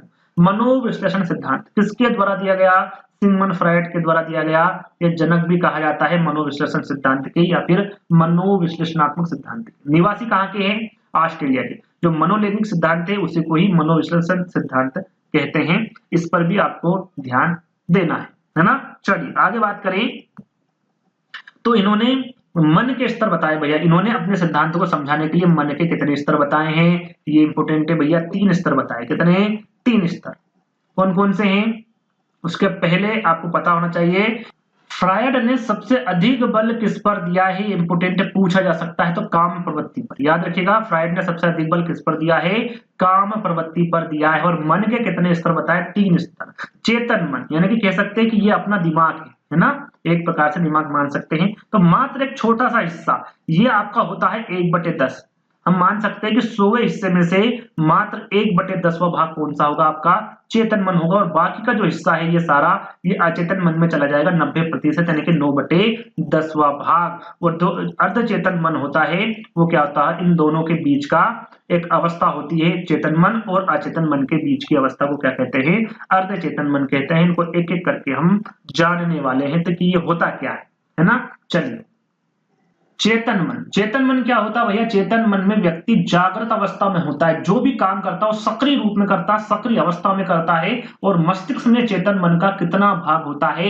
एक छोटा सा भाग होता है, मात्र 1/10वां भाग। अर्धचेतन मन का कोई भाग नहीं होता है, ये आपको विशेषकर ध्यान देना है। कितना होता है? चेतन मन का 10% यानी कि 1/10वां भाग होता है। अचेतन मन की हम बात करें तो इसमें दमित इच्छाओं, अतृप्त इच्छाओं का भंडार होता है, जो कि मस्तिष्क का कुल भाग ने 9/10 भाग, इसको भंडार भी कहा जाता है मस्तिष्क का, है ना। और प्रतिशत में हम बात करें तो 90% यानी कि जो इच्छाएं होती हैं व्यक्ति की वो इच्छाओं का भंडार होता है, या कह सकते हैं जो इच्छाएं पूरी नहीं हो पाती हैं या फिर जो आकांक्षाएं होती हैं उनको पूरा नहीं कर पाता। जैसे कि उदाहरण के तौर पर यदि एक व्यक्ति है, जैसे कोई सी चीज या कोई वस्तु लाना है, जैसे कि हम मोटरसाइकिल मान सकते हैं, कार मान सकते हैं, कोई सी चीज जिसको खरीद नहीं पाता है, उन इच्छाओं का वो दमन कर देता है। किसमें? अचेतन मन में। कहां पर संग्रहित हो जाती भैया? अचेतन मन में जाकर संग्रहित हो जाती है। अर्धचेतन की हम बात करें तो अर्धचेतन मन चेतन मन और अर्धचेतन के बीच की जो अवस्था होती है उसे अर्धचेतन मन कहते हैं। ऐसी अवस्था जिसमें व्यक्ति किसी कार्य को भूल जाता है और बाद में तुरंत याद आ जाता है। जैसे कि याद की गई बातों को अचानक भूल जाना, अटक जाना, हकला जाना। एक उदाहरण के रूप में हम जाने, यदि आप हो या कोई व्यक्ति हो या कोई भी हो, यदि वो एग्जाम हॉल में बैठा है ना, और वहां पर वो प्रश्न हल कर रहा है और एक प्रश्न ऐसा आ गया उसको बहुत बार वो याद करा लेकिन उसे किसी भी प्रकार से वो प्रश्न याद नहीं आ रहा है, और जैसे ही उसने एग्जाम हॉल से बाहर निकला और उसने प्रश्न पढ़ा और डायरेक्ट उसको आंसर आ गया कि भैया इसका आंसर तो ये है, यानी कि याद की गई बातों को वो अचानक भूल जाता है और उसे वापस वो तुरंत याद भी आ जाती है। तो ये प्रकार जो संग्रहित होता है ना, इस प्रकार की जो बातें जो संग्रहित होती है किसमें होती हैं? अर्धचेतन मन में होती हैं। तो पहला, दूसरा और तीसरा ये तीनों ही इंपोर्टेंट है और मैं आपको समझा चुका हूं, है ना। और तीनों को आपको तीनों के बारे में आपको पता होना चाहिए। सीधा सीधा हम जाने तो चेतन मन मस्तिष्क की जागृत अवस्था है। अर्धचेतन मन की बात करें तो ये अचेतन मन के बीच की अवस्था है, और अचेतन मन की बात करें तो दमित इच्छाओं का ये भंडार है आपका अचेतन मन, है ना। चलिए आगे बात करें। मन के आधार पर फ्रायड ने व्यक्तित्व को कितने भागों में बांटा है? तो भैया 3 भागों में बांटा है। इड, ईगो, सुपर ईगो, यानी कि इदम, अहम और पराहम। याद रखिएगा, इंपोर्टेंट है। और मैं इन तीनों को एक ही उदाहरण में आपको समझा दूंगा। यदि आपने ये उदाहरण ध्यान दे लिया और एग्जाम में प्रश्न आ गया तो आप गलत नहीं करेंगे। किस प्रकार से मैं उदाहरण दूंगा ये आपके सामने है कि भैया एक लड़का है ना, एक लड़का है, उसे भूख लगी है, एक लड़का है उसे भूख लगी है और वो बाजार में गया फलों की दुकान पर। हम देख लेते हैं, एक लड़का बाजार में फलों की दुकान के पास खड़ा है, लड़के को भूख लगी है किंतु जेब में पैसे नहीं होने से उसका मन दुकान से केले क्या करके भैया चुरा कर खाने का मन कर रहा है उसका। तो यदि इस प्रकार की भावनाएं, इस प्रकार के विचार यदि किसी व्यक्ति में, किसी बच्चे में आते हैं तो वो कौन सा भाग होता है व्यक्तित्व का, मन के आधार पर उसे इड कहते हैं, यानी कि इदम में चला जाएगा, है ना। यदि वो चुरा कर खाने की बात कर रहा है, उसमें ये विचार आ रहे हैं तो वो इड इदम में चला जाएगा। और यदि उसके बाद उसके यहाँ विचार आता है कि चोरी करते पकड़े जाने पर मेरी पिटाई होगी, पुलिस द्वारा पकड़ा जा सकता हूं, तो ये विचार यदि बच्चे के या फिर किसी व्यक्ति के मन में आता है तो वो अहम यानी कि ईगो में चला जाता है। और यदि इसके बाद में उसके मन में ये विचार आता है कि चोरी करना पाप है, अनैतिक है, इस अवस्था को क्या कहते हैं भैया, परा हम कहते हैं, सुपर ईगो कहते हैं। पहले में उसके मन में चोरी करने की इच्छा आई तो वो आपका इदम में चलेगा, सीधा सीधा फंडा है। उसके बाद में उसको ऐसा लगा कि नहीं, यदि मैं पकड़ा जाऊंगा तो मेरी पिटाई होगी, पुलिस पकड़ कर ले जाएगी, तो वो अवस्था किस में चली जाएगी, अहम में। फिर उसे लगता है कि नहीं भैया, यदि मैंने चोरी की तो पुलिस वगैरह जो पकड़ाई होगी वो तो बाद में होगी, लेकिन चोरी करना क्या होगा भैया, पाप है, अनैतिक है। तो इस प्रकार के जो विचार यदि व्यक्ति के मन में आते हैं तो किस में चला जाएगा, पराहम में चला जाएगा। तो आप समझ गए होंगे, इस उदाहरण के माध्यम से एक एक करके इनके बारे में हम जानेंगे भी। चलिए, तो यहाँ पर आप देख सकते हैं, सबसे पहले जानेंगे इदम, यानी जब एक व्यक्ति की शारीरिक इच्छाएं इतनी प्रबल हो जाती है कि उसके मानसिक स्तर द्वारा नियंत्रित नहीं हो पा रही है, तो ऐसी स्थिति को क्या कहते हैं, इदम कहते हैं। शारीरिक इच्छाएं, जैसे कि हमने एक उदाहरण आपको दिया था कि भैया उस लड़के को भूख लगी थी, क्या लगी थी, भूख लगी थी, तो वो क्या करना चाह रहा था, वहां पर चोरी करना चाह रहा था, यानी कि उसकी शारीरिक इच्छाएं इतनी प्रबल है, उसे भूख लगी हुई है, उसके पास पैसे नहीं है, तो उसने चोरी करने की सोची, यानी कि उसकी मानसिक स्तर द्वारा नियंत्रित नहीं कर पा रहा है उसके शारीरिक इच्छाओं को, वो इतनी प्रबल है। तो इस प्रकार के जो व्यक्ति होते हैं वो इदम में चले जाते हैं, उसकी मनोशारीरिक स्थिति को क्या कहते हैं, इदम कहते हैं। उसे तुरंत यानी कि तत्काल आनंद चाहिए, संतुष्टि उसे प्राप्त होना चाहिए तत्काल में। तो इस प्रकार के जो व्यक्ति होते हैं वो आपके इदम यानी कि इड होते हैं। ये जन्मजात होता है, बचपन में इसे इदम, बचपन में इदम ज्यादा होता है। याद रखिएगा, किसमें इदम ज्यादा होता है, सीधा सीधा प्रश्न पूछा जाता है, तो ये बचपन में होता है। इसमें उचित अनुचित का कोई ज्ञान नहीं होता, उसे आनंद प्राप्त करना है, उसे संतुष्टि प्राप्त करना है तो वो करेगा, उसे अनुचित उचित का कोई ज्ञान नहीं होता है। और इसमें मुख्य रूप से व्यक्ति की जो मूल वासनाएं होती हैं, जो प्रवृत्तियां होती हैं, जो दमित इच्छाएं होती हैं, वो जागृत होती है ना, वो इसमें आती हैं। और इदम किसी भी तरह का तनाव सहन नहीं कर सकता, जो उसको अच्छा लगता है वो वही करता है। कौन सा, इदम, है ना। बिना किसी बाधा या फिर इंतजार के उसको तत्काल आनंद चाहिए, सुख व संतुष्टि प्राप्त करना चाहता है इड वाला व्यक्ति या फिर इदम वाला व्यक्ति, है ना। और यह अवस्था इच्छाओं और कामनाओं को जन्म देती है, इसलिए इसे इच्छाओं की जननी कहा जाता है। इच्छाओं की जननी किसे कहा जाता है, तो इदम को कहा जाता है। इसके अंतर्गत व्यक्ति का अचेतन मन कार्य करता है, इसलिए इसे अचेतन मन का राजा कहा जाता है। इसमें कौन सा मन कार्य करेगा भैया, अचेतन मन। जो इच्छाएं जागृत होती है, जो आकांक्षाएं जागृत होती है, वो किसमें स्टोर होती हैं, किसमें इसकी दमन होती है, तो अचेतन मन में होती है। और वही इच्छाओं की पूर्ति करना चाहता है, जो चला जाता है आपका इदम में। और अचेतन मन का ये क्या होता है, राजा होता है इदम, ये आपको याद रखना है। और इदम को कौन सी प्रवृत्ति कहा गया है, तो राक्षसी प्रवृत्ति कहा गया है। उसे अनुचित उचित का कोई भी वो उसका कोई भी मतलब नहीं होता है कि उचित कर रहा है कि अनुचित कर रहा है ना, क्योंकि आपराधिक प्रवृत्ति के लोगों में इदम अधिक होता है। इसी कारण ऐसे व्यक्ति को क्या कहा जाता है, कुसमायोजित भी कहा जाता है। ये सुखवादी सिद्धांत पर आधारित होता है, उसे किसी प्रकार से भी सुख प्राप्त करना है, वो किसी भी स्थिति में, है ना। इदम की प्रधानता वाले लोग अमर्यादित होते हैं, अनैतिक होते हैं, असामाजिक होते हैं। उसे किसी प्रकार की किसी भी प्रकार से किसी की भी चिंता नहीं होती है, वो इदम में होते हैं, इदम वाले व्यक्ति होते हैं ना। अब बात करते हैं हम यहाँ पर एक और देख लेते हैं। इनको नैतिक मूल्यों, समाज और दूसरे लोगों की कोई परवाह नहीं होती, जो कि मैं आपको बता चुका हूं। अब बात करते हैं अहम यानी कि ईगो की। इदम यानी कि इड की हम बात कर चुके हैं। अब इसमें क्या होता है, जब एक व्यक्ति की शारीरिक इच्छाएं और मानसिक शक्तियां के मध्य संतुलन की स्थिति हो, तो इस विशिष्ट मनोशारीरिक स्थिति को अहम कहते हैं। यानी कि ये जो अहम वाले व्यक्ति होते हैं, ये वास्तविक जीवन पर निर्भर करते हैं, वास्तविक रूप में जीते हैं, जो चल रहा है उसी पर ही ये खुश रहते हैं और उसी में ही ये अपना आनंद महसूस करते हैं। तो वास्तविक जीवन पर ये आधारित होता है और ये सिद्धांत ही वास्तविक सिद्धांत पर आधारित होता है, क्योंकि व्यक्ति को वास्तविक परिस्थितियों के साथ तालमेल बैठाने के लिए प्रेरित करते हैं और इसके मध्य संतुलित स्थापित कर लेते हैं। अहम आंशिक रूप से चेतन एवं आंशिक रूप से अचेतन में कार्य करता है। यानी कि जैसे कि मैंने आपको उदाहरण दिया था, उसके मन में ये विचार तो आया कि मैं ये चोरी कर लूं, लेकिन उसके बाद उसको ऐसा भी लगा कि मैं यदि ऐसा करता हूं तो मुझे या तो मैं पकड़ा जाऊंगा या फिर मुझे पुलिस पकड़ लेगी, और उस स्थिति में उसे क्या लगेगा, डर लगेगा। यानी कि वहां पर वो संतुलित स्थापित करेगा कि मुझे आगे क्या करना है ना। तो यहाँ इड व सुपर ईगो दोनों पर नियंत्रित स्थापित करने का कार्य करता है कौन, आपका अहम। ये इंपोर्टेंट है, इड और सुपर ईगो दोनों पर नियंत्रित स्थापित करने का कार्य कौन करता है, अहम यानी कि ईगो करता है। और यह हमारे व्यवहार पर नियंत्रण करता है, साथ ही हमारी इच्छाओं तथा वास्तविकताओं के बीच संतुलन बनाए रखता है। और ये सामाजिक होता है, मानवीय प्रवृत्ति होता है, मानवता का प्रतीक होता है, युवा अवस्था में सर्वाधिक होता है। ये याद रखिएगा, वास्तविक जीवन में जीते युवा अवस्था है ना, क्या करना, कैसे करना है, कैसे हमें मैनेज करना, सारी चीजें युवा अवस्था में सर्वाधिक होती है। और इसे इड या फिर इसे ही आप ईगो कहते हैं, है ना, इदम कहते हैं। इदम के बारे में बता चुका हूं, अहम कहते हैं इसे, है ना।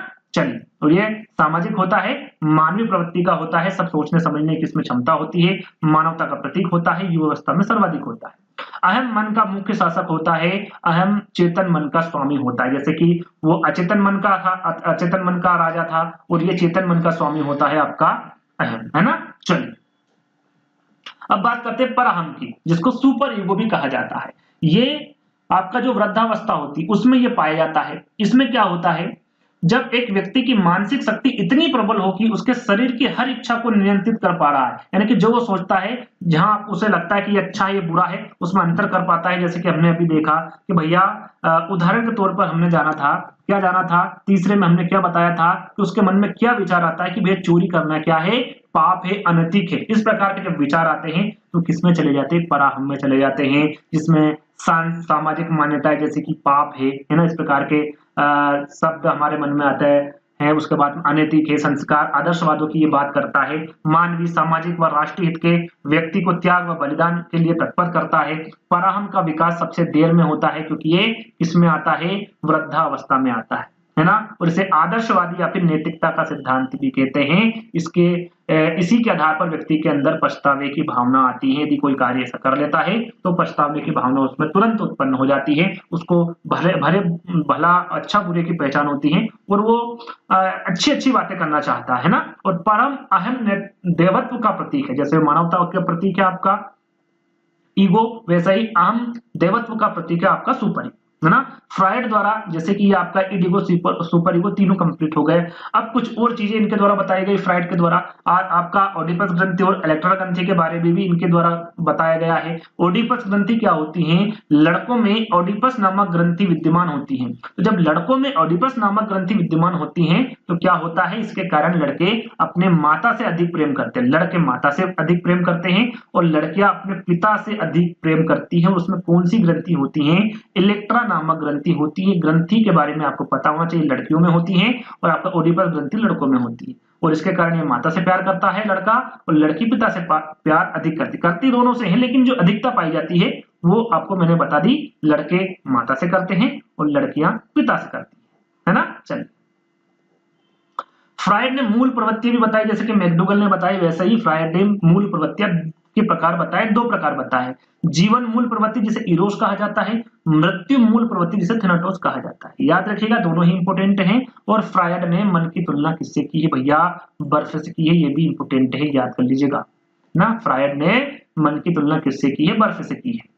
साथ में लिबिडो को हम जान लेते हैं, इनके बारे में भी भैया फ्रायड ने बताया कि फ्रायड के अनुसार व्यक्ति में जन्म से प्रेम, स्नेह एवं काम भावना विद्यमान होती है, जिसे ही फ्रायड ने क्या कहा है, लिबिडो कहा है ना। जो व्यक्ति होता है उसमें जन्म से क्या होती, प्रेम होती, स्नेह एवं काम की भावना होती है, विद्यमान होती है उसके अंदर, है ना। तो इसे ही क्या कहा फ्रायड ने, लिबिडो कहा है। नवजात शिशु में भी काम भावना विद्यमान होती है, जिसे फ्रायड ने क्या कहा है, शैशव कामुकता कहा है। यदि यहाँ पर व्यक्ति के बारे में ना पूछते हुए नवजात शिशु के बारे में पूछे तो उसे क्या कहा है, फ्रायड ने शैशव कामुकता कहा है। ये आपको ध्यान में रखना है। अब बात करते हैं भैया सील गुण की। सील गुण सिद्धांत है ना, ये इंपॉर्टेंट है, ये भी आपका आईएमपी है, इसको भी हम एक एक करके समझाएंगे। तो व्यक्ति की व्यवहार में प्रकट होने वाला गुण सील गुण होता है ना। जैसे कि अलग अलग मनोवैज्ञानिकों ने व्यक्तित्व को अलग अलग भागों में अलग अलग प्रकार से बताया है, वैसे ही आपके जो आलपोर्ट है या फिर केटल है उन्होंने सील गुण बताए हैं। जो गुण है उसको किस में बांट दिया, इन्होंने गुण सील गुण में बांट दिया है। अलग अलग चीजें इनके द्वारा बताई गई है, तो वो हम एक एक करके जानेंगे। सील गुण का सिद्धांत जो दिया है वो आलपोर्ट व केटल द्वारा दिया गया है। किसके द्वारा, आलपोर्ट व केटल। आलपोर्ट के शिष्य थे केटल, इनके बारे में हम आगे जानेंगे। तो इनके द्वारा, दोनों के द्वारा दिया गया है इस सिद्धांत को आलपोर्ट का सिद्धांत भी कहते हैं। आलपोर्ट ने सील गुण के संबंधित 17,953 शब्द, यहाँ पर शब्द याद रखिएगा, 17,953 शब्द बताए हैं और इन्होंने 4,500 भागों में बांटा है। कितने भागों में बांटा है, 4,500 भागों में बांटा है ना। और बाद में इस सिद्धांत को किसने बढ़ाया आगे, केटल ने बढ़ाया। किसने, केटल ने। यहाँ पर हम सीधा सीधा जाने, जो मुख्य रूप बताए हैं आलपोर्ट ने सील गुण के, वो दो भागों में बांटा। कितने भागों में, सॉरी, आलपोर्ट ने सील गुण के मुख्य दो भाग बताए। एक तो बताया सामान्य सील गुण और दूसरा बताया व्यक्तिगत सील गुण। अब इसमें व्यक्तिगत सील गुण के भी इनके द्वारा प्रकार बताए गए हैं, वो भी आपको पता होना चाहिए। भाई आलपोर्ट ने व्यक्तित्व प्रवृत्ति या फिर जो व्यक्तित्व सील गुण है इसके 3 भाग बताए हैं। यदि आलपोर्ट ने सील गुण के कितने प्रकार बताए, सीधा सीधे पूछ रहा, 2 प्रकार बताए। आलपोर्ट ने व्यक्तित्व प्रवृत्ति या फिर व्यक्तित्व सील गुण के कितने प्रकार बताए, ये पूछे तो 3 गुण बताए। कौन कौन से, मुख्य सील गुण जिसे कार्डिनल प्रवृत्ति या फिर सील गुण कहा जाता है, केंद्रीय सील गुण, और तीसरा है गौण सील गुण या फिर द्वितीयक सील गुण, है ना। 3 प्रकार के इनके द्वारा व्यक्तित्व प्रवृत्ति सील गुण बताए गए हैं, जिनके बारे में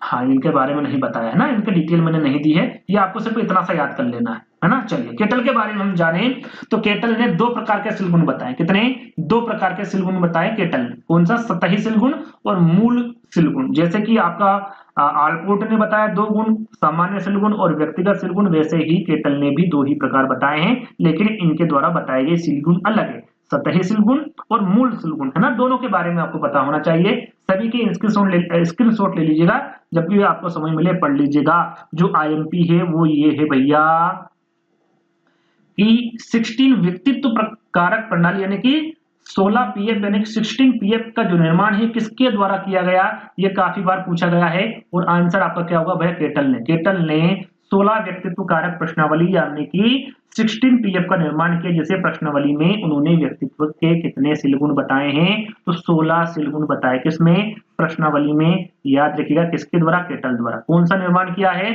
16 पीएफ का निर्माण किया है, 16 व्यक्तित्व कारक प्रश्नावली का निर्माण इनके द्वारा किया गया है। अब 16 सील गुण आपके सामने हैं, अमूर्तता, आशंका, प्रभुत्व, संवेगात्मक स्थिरता, आजीविका, परिवर्तन के लिए खुलापन, पूर्णतावाद, विशेषाधिकार, तर्क, नियम चेतना, आत्मनिर्भरता, संवेदनशीलता, सामाजिक साहस, तनाव, सतर्कता और गर्मजोशी। ये 16 प्रकार बताए हैं इनके द्वारा, आपके केटल द्वारा 16 सील गुण बताए गए हैं इनके द्वारा, है ना।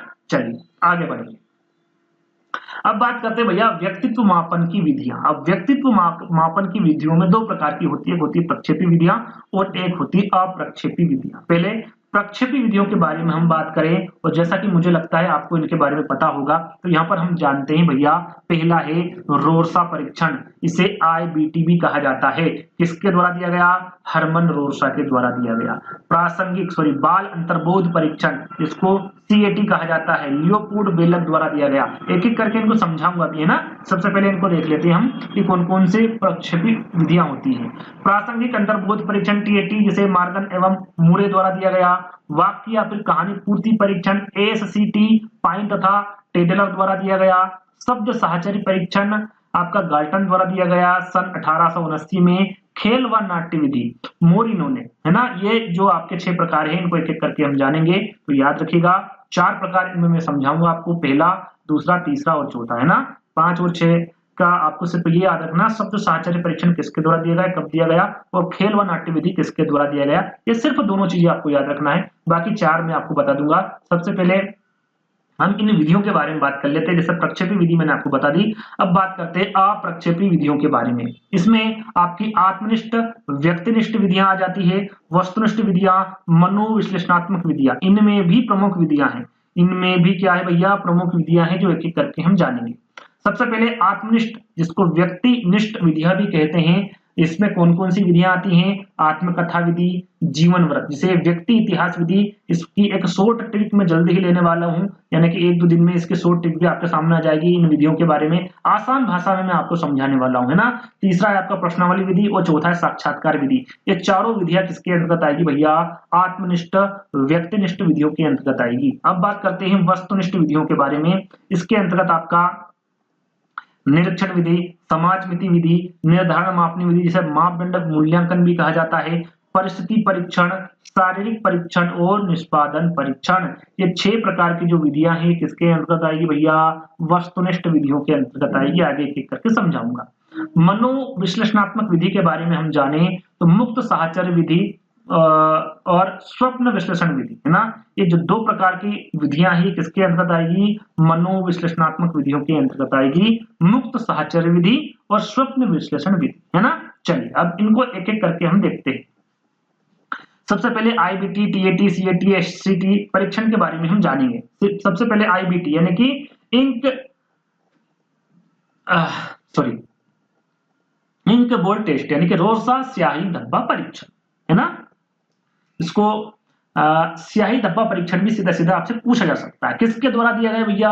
हरमन रोसा इसके प्रतिपादक है। इसमें क्या होता है? तो इस परीक्षण में 10 कार्ड पर स्याही के धब्बे बने होते हैं। कितने कार्ड में? सीधा सीधा पूछा जा सकता है कि स्याही धब्बा परीक्षण यानी कि रोसा स्याही धब्बा परीक्षण में कितने कार्ड होते हैं? तो 10 कार्ड होते हैं। ये आपको विशेषकर ध्यान देना है, जिसमें 5 कार्ड पर काले और सफेद, बाकी 5 पर विभिन्न रंग के धब्बे होते हैं। यानी कि पहले 5 कार्ड पर काले और सफेद कलर के जो धब्बे बने होते हैं, और बाकी के जो 5 रंग बचे हुए, 5 आपके कार्ड बचे हुए हैं, उसमें क्या होता है? विभिन्न रंग के धब्बे बने होते हैं और बालक को आकृति दिखाकर उनके बारे में पूछा जाता है। और इसमें बालक के क्रियात्मक, भावात्मक और संज्ञानात्मक परीक्षण किए जाते हैं। क्या किए जाते हैं? इसमें क्रियात्मक, भावात्मक और संज्ञानात्मक परीक्षण किए जाते हैं। अब बात करते हैं सीएटी, है ना, बाल अंतर्बोध परीक्षण। इसके प्रतिपादक कौन है? लियोपोल्ड बेलक। कब किया था? 1948 में इसका प्रतिपादन किया था। विकास में योगदान किसका था? डॉक्टर अर्नेस्ट क्रिस का। यदि पूछे कि भैया बाल अंतर्बोध परीक्षण में विकास में किसने योगदान दिया? लियोपोल्ड बेलक का, तो डॉक्टर अर्नेस्ट क्रिस के द्वारा। इसमें भी कार्ड की संख्या कितनी होती है? 10 होती है। कितनी होती है? जो स्याही धब्बे वाला जो परीक्षण था उसमें भी 10 कार्ड थे, इसमें भी 10 ही कार्ड हैं। और इस परीक्षण में 10 कार्डों पे जैसे वहां पर धब्बे बने हुए थे 10 कार्डों पे, यहाँ पर जानवरों के चित्र बने हुए हैं 10 कार्डों पे। बालक को चित्र दिखाकर कहानी लिखने को लिए कहते हैं। कोई सा भी एक चित्र दिखा देते हैं, चाहे शेर हो, कोई सा भी जानवर हो, और उस पर कहानी लिखने को कहा जाता है। वो परीक्षण होता है बाल अंतर्बोध परीक्षण, है ना। और इस परीक्षण में 3 से 11 वर्ष के बच्चों को लिया जाता है। कितने? 3 से 11 वर्ष के, ये याद रखिएगा, है ना। यहाँ परीक्षण 3 से 11 वर्ष के लिए बच्चों के लिए होता है। अब बात करते हैं प्रासंगिक अंतर्बोध परीक्षण के बारे में। प्रतिपादक होंगे मार्गन एवं मूरे। कौन होंगे? मार्गन एवं मूरे होंगे। और कब दिया था यदि सन पूछे तो आपके सामने है 1935, है ना। इन्होंने कार्ड के सहारे व्यक्तित्व का परीक्षण किया। जैसा कि अभी तक हम जान रहे हैं कि भाई व्यक्तित्व का परीक्षण अभी तक कार्ड के माध्यम से किया गया है। जैसे कि हमने जाना 2 परीक्षण हमने आपको बताए थे, दोनों में कार्ड की संख्या कितनी थी? 10 थी। लेकिन यहाँ पर संख्या बदल दी गई है। प्रासंगिक अंतर्बोध परीक्षण में कार्डों की संख्या कितनी है? 30+1, यानी जो एक कार्ड एक खाली होगा, आगे हम इस पर चर्चा करेंगे। टोटल पूछे तो कितना होगा आपका? 31 होगा, है ना। कितना होगा? 31 होगा। इस परीक्षण में 10 कार्ड पर पुरुषों से संबंधित होते 10 कार्ड, और 10 कार्ड जो होते हैं वो महिला से संबंधित होते हैं, और 10 कार्ड दोनों से, है ना। 10, 20, 30 हो गए, और एक कार्ड जो होता है वो खाली होता है, इसलिए इसको 30+1 लिखा जाता है। टोटल 31 होते हैं, और इसमें बालकों को चित्र दिखाकर कहानी लिखने को कहा जाता है। कम से कम 10 कार्ड पर कहानी लिखवाई जाती है। कितने कार्ड पर? 10 कार्ड पर। और इसका जो प्रयोग है ये 14 वर्ष से अधिक बालकों पर होता है।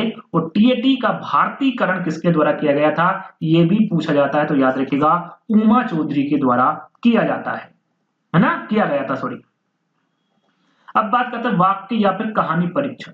कहानी पूर्ति परीक्षण ASCT, इसका निर्माण जो किया भैया पाइन तथा टेडलर ने किया था। कब किया था? 1930 में। यहाँ पर निर्माणकारी कौन है, इनके बारे में आपको पता होना चाहिए। इसमें क्या होता है, तो इस विधि द्वारा कुछ अधूरे अक्षरों को पूरा करने को कहा जाता है। जैसे कि आपको दे दिया कि मेरे दादाजी का नाम क्या है, और यहाँ पर रिक्त स्थान दे दिया है ना। जो यह रिक्त स्थान की पूर्ति करने वाला जो परीक्षण होगा वो आपका वाक्य या फिर कहानी पूर्ति परीक्षण होगा।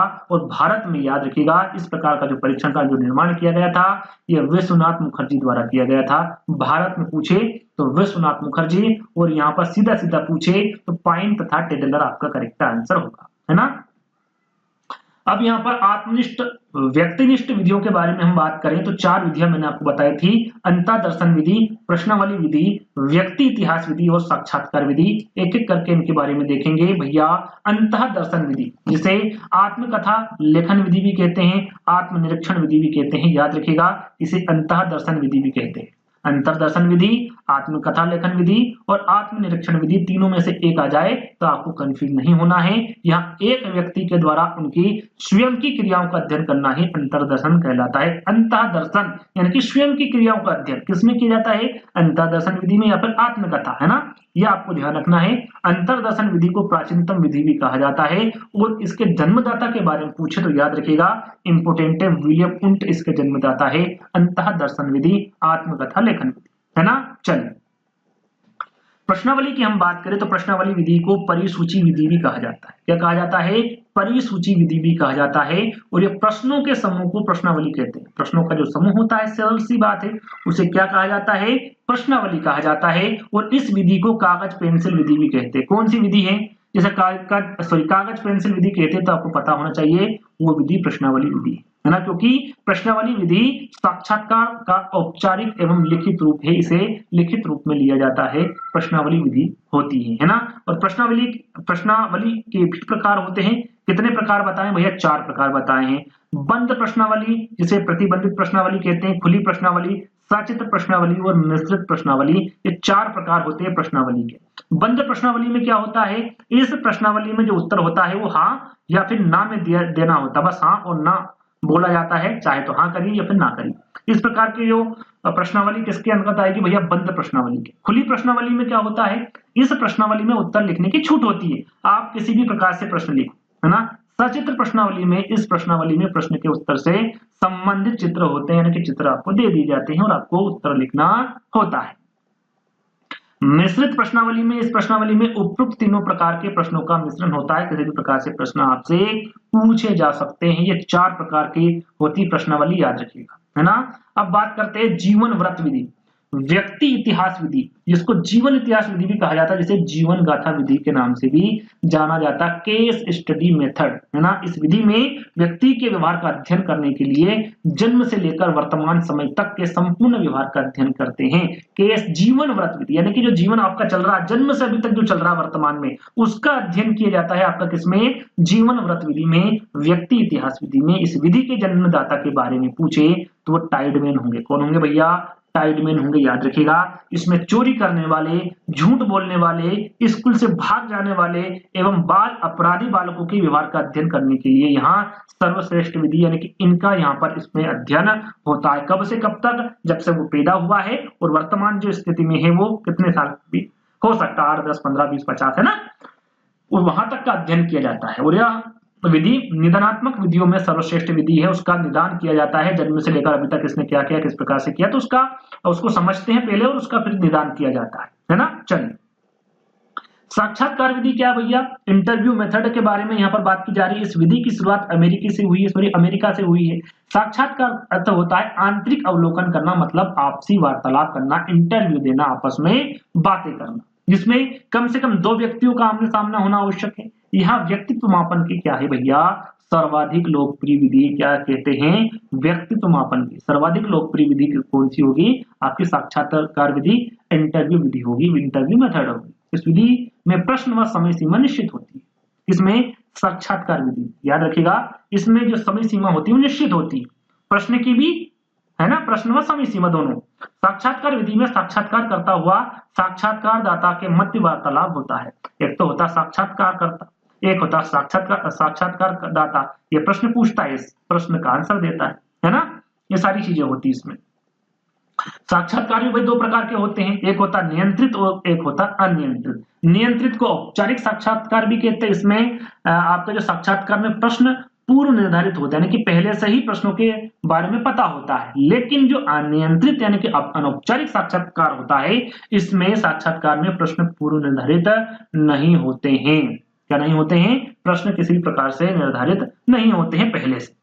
अब बात करते हैं वस्तुनिष्ठ विधियों के बारे में, जिसमें मैंने आपको 5 विधियां बताई थी। निरीक्षण विधि, निर्धारण मापनी विधि, समाजमिति विधि, निष्पादन परीक्षण विधि और पारिस्थितिकी परीक्षण विधि। अब इन 5 विधियों को हम एक एक करके जानेंगे।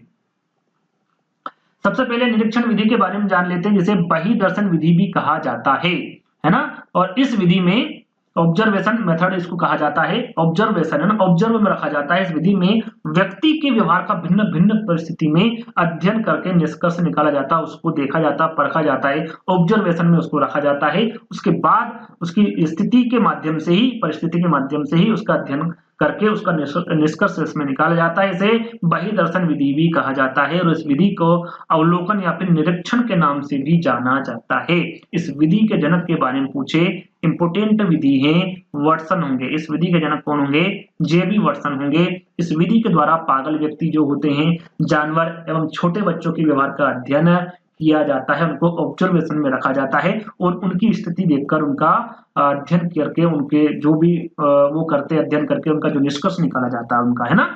उनके जैसे कि अभी हमने जाना कि भैया प्रश्नावली के दो प्रकार होते हैं, वैसे ही निरीक्षण विधि के भी कितने प्रकार होते हैं? 2 होते हैं। घोषित होता है और अघोषित। घोषित को औपचारिक निरीक्षण कहते हैं। इसमें व्यक्ति को पूर्व सूचना प्रदान की जाती है, यानी कि उसको पहले ही बता दिया जाता है। और अघोषित यानी कि जो अनौपचारिक निरीक्षण होता है, इसमें व्यक्ति को पूर्व सूचना नहीं दी जाती है, उस पर ऐसे ही निगरानी रखकर उसका ऑब्जर्वेशन किया जाता है ना। अब बात करते हैं दूसरी विधि की, निर्धारण मापनी विधि, जो मापदंड मूल्यांकन, जैसे कर्म निर्धारण मापनी विधि भी कहते हैं, है ना। रेटिंग स्केल इसको कहते हैं। निर्धारण मापनी वह विधि है जो व्यक्ति के गुणों का अनुमान लगाने के लिए होती है और यहाँ व्यक्तित्व का व्यक्तिगत ढंग से अध्ययन करती है। व्यक्ति का जो गुण होता है उसका ये अनुमान लगाती है ना। उसके प्रवर्तक के बारे में पूछे तो इसके प्रवर्तक होंगे थ्रस्टन। इंपोर्टेंट विधि है, याद रखिएगा। तीसरी विधि है समाजमिति विधि। इस विधि में व्यक्ति के समाज से संबंधित लोगों से राय लेकर निष्कर्ष निकाला जाता है ना। इसमें क्या होता है भैया? इसमें इस विधि के द्वारा व्यक्ति के बारे में समाज के व्यक्तियों से सामाजिक जीवन से संबंधित कुछ प्रश्न पूछे जाते हैं और उस व्यक्ति के बारे में पता लगाया जाता है। उस मिति को क्या कहते हैं? उस विधि को कहते हैं समाज मिति विधि, है ना। इसके प्रवर्तक के बारे में पूछा जाए तो मोरेनो इसके प्रवर्तक होंगे समाज मिति विधि के। इंपोर्टेंट विधि है, याद रखिएगा। निष्पादन परीक्षण, इस विधि का प्रयोग ईमानदारी का गुण मापने हेतु किया जाता है। भाई कोई से जो व्यक्ति है उसमें ईमानदारी है या नहीं, इसका जो पता लगाया जाता है। कौन सी परीक्षण से लगाया जाता है, कौन सी विधि से लगाया जाता है? तो निष्पादन परीक्षण, है ना। परफॉर्मेंस टेस्ट होता है और इस विधि को व्यवहार परीक्षण विधि भी कहा जाता है। उसके व्यवहार से ही पता लगाया जाता है कि भैया ईमानदारी के इसमें गुण है या फिर नहीं। इस विधि में मापन करता, इस विधि में बालक या फिर व्यक्तित्व को कुछ कार्य करने को देता है और फिर उस कार्य का निष्पादन और मूल्यांकन करता है। और इसके प्रवर्तक के बारे में पूछे तो हार्टसॉन एवं मे इसके प्रवर्तक होंगे निष्पादन परीक्षण के। शारीरिक परीक्षण के बारे में हम जाने, है ना, फिजिकल टेस्ट के बारे में। तो भाई इस परीक्षण में व्यक्ति के शरीर के हाव भाव द्वारा व्यक्ति के व्यक्तित्व का पता लगाया जाता है। जैसे कि यहाँ पर शब्द में ही शारीरिक परीक्षण, है ना, उसके जो शरीर के हाव भाव होते हैं उसके माध्यम से ही उसका व्यक्तित्व का पता लगाया जाता है। जैसे कि नाखून कुतरना, आप देखते होंगे नाखून कुतरा, कोई पांव हिलाता है तो उसका जो लो कॉन्फिडेंस होता है ये उसको दर्शाता है कि भैया ये अभी घबराया हुआ है। तो इस प्रकार से उस व्यक्ति का परीक्षण होता है और उस परीक्षण को क्या कहते हैं? शारीरिक परीक्षण कहा जाता है। अब बात करते हैं परिस्थिति परीक्षण की, है ना। इसमें किसी कृत्रिम परिस्थिति में बालक या फिर व्यक्ति को रखकर उसके व्यवहार का अध्ययन किया जाता है। या कृत्रिम परिस्थितियां व्यक्ति के साहस, धैर्य, नेतृत्व, परिश्रम, ईमानदारी को हो सकती है। किसी भी प्रकार से कृत्रिम जो परिस्थिति है उसको रखकर बालक या फिर व्यक्ति को देखा जाता है, उसका अध्ययन किया जाता है। उस स्थिति को परिस्थिति परीक्षण कहा जाता है ना। समझ आ गई आपको मनोविश्लेषणात्मक विधि के बारे में, है ना। यहाँ पर 2 होती है, मुक्त साहचर्य विधि के बारे में जानेंगे और स्वप्न विश्लेषण विधि के बारे में जानेंगे, है ना। सॉरी, मुक्त साहचर्य परीक्षण, इस विधि का प्रयोग मानसिक रोगियों हेतु किया जाता है। जो मुक्त साहचर्य परीक्षण है इसमें क्या होता है, मानसिक रोगियों हेतु ये परीक्षण होता है। इस विधि में मनोचिकित्सक द्वारा सम्मोहित कर अर्धचेतन अवस्था यानी कि उसे, जैसे को अपनी भाषा में कहते हैं, उसे बेहोश कर दिया जाता है ना, अर्धचेतन अवस्था में लाया जाता है। फिर उसे क्या करते हैं, प्रश्न पूछते हैं जिसमें अंतर्मन में छुपा भावना प्रकट होती है। जो सही है वही चीज है जो उसके मन में है वो बाहर आती है उसमें, है ना। कौन सी विधि होती है, मुक्त साहचर्य परीक्षण होता है। आपने देखा होगा अपन मूवी वगैरह देखते हैं कि ये वाला टेस्ट करवा दो तो उससे उसको बेहोश कर देते हैं। उसके बाद उससे पूछा जाता है तो जो उसके अंदर मन में है वो सारी चीजें बाहर आ जाती है, अंतर्मन में छुपी जो भावना है वो प्रकट हो जाती है। तो इस विधि के प्रवर्तक कौन होंगे, सिगमंड फ्रायड होंगे। इसका विकास किसके द्वारा किया गया भैया, विकास किया गया है आपका यूंग यानी कि जूंग के द्वारा।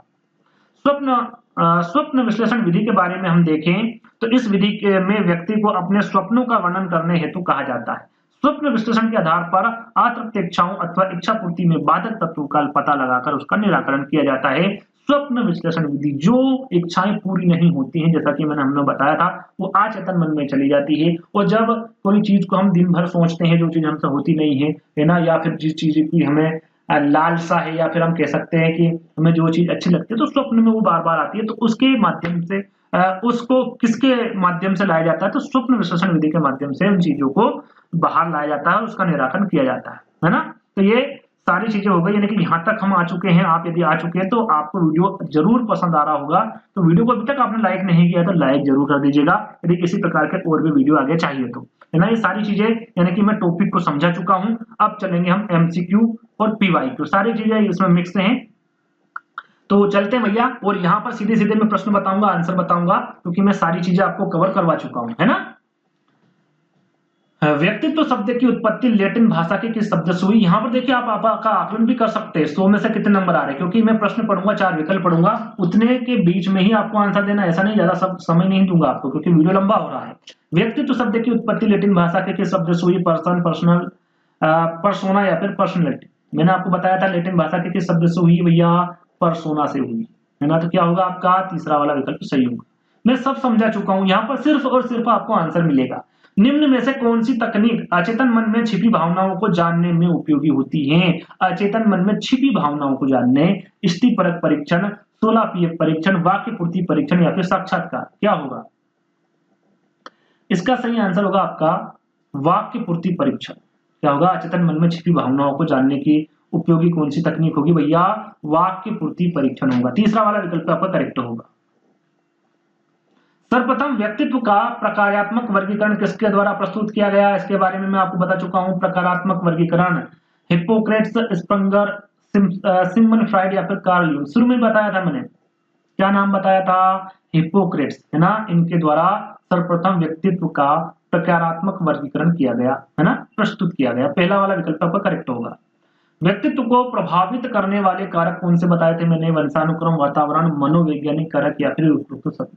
तो मैंने व्यक्तित्व को प्रभावित करने वाले कारक में वंशानुक्रम भी बताया था, वातावरण भी बताया था और मनोवैज्ञानिक कारक भी बताए थे, यानी कि उपरोक्त सभी आपका क्या होगा, करेक्ट आंसर होगा। प्रसन्न, खुशमिजाज, आशावादी व्यक्ति हिप्पोक्रेट्स के किस व्यक्तित्व में आते हैं। मैंने इनके बारे में आपको बताया था, एक एक करके सारी चीजें आपको क्लियर करी थी, समझाई थी। जिसमें प्रसन्न, खुशमिजाज, आशावादी के बारे में बताया था, वो काले पित्त वाले होते, पीले पित्त वाले, कफ श्लेषा प्रवृत्ति वाले या फिर रुधिर प्रवृत्ति वाले होते। काले मन के नहीं होंगे, पीले मन के नहीं होंगे, कफ यानी कि जो ऐसे ही कफ यानी कि निष्क्रिय होते हैं वो भी नहीं होंगे। क्या होंगे भैया, रुधिर प्रवृत्ति वाले होंगे, है ना। ये आपके प्रसन्न होंगे, खुशमिजाज होंगे, आशावादी होंगे, मैं आपको बता चुका हूं। तो आपका रुधिर प्रवृत्ति वाले होंगे। निराशावादी किसमें आ जाएंगे, आपके काले पित्त वाले में आएंगे, है ना। चलिए, एथलेटिक प्रकार के व्यक्तित्व को और क्या कहा जाता है, इसको क्या कहा जाता है, इसका दूसरा नाम क्या, ये पूछा गया है। पिकनिक प्रकार, पुष्टकाय, व्यक्तित्व कृष्टकाय या फिर डायक्लासिस्ट प्रकार, की सारी चीजें मैं आपको बता चुका हूं एक एक करके। क्या होगा 6 का आंसर।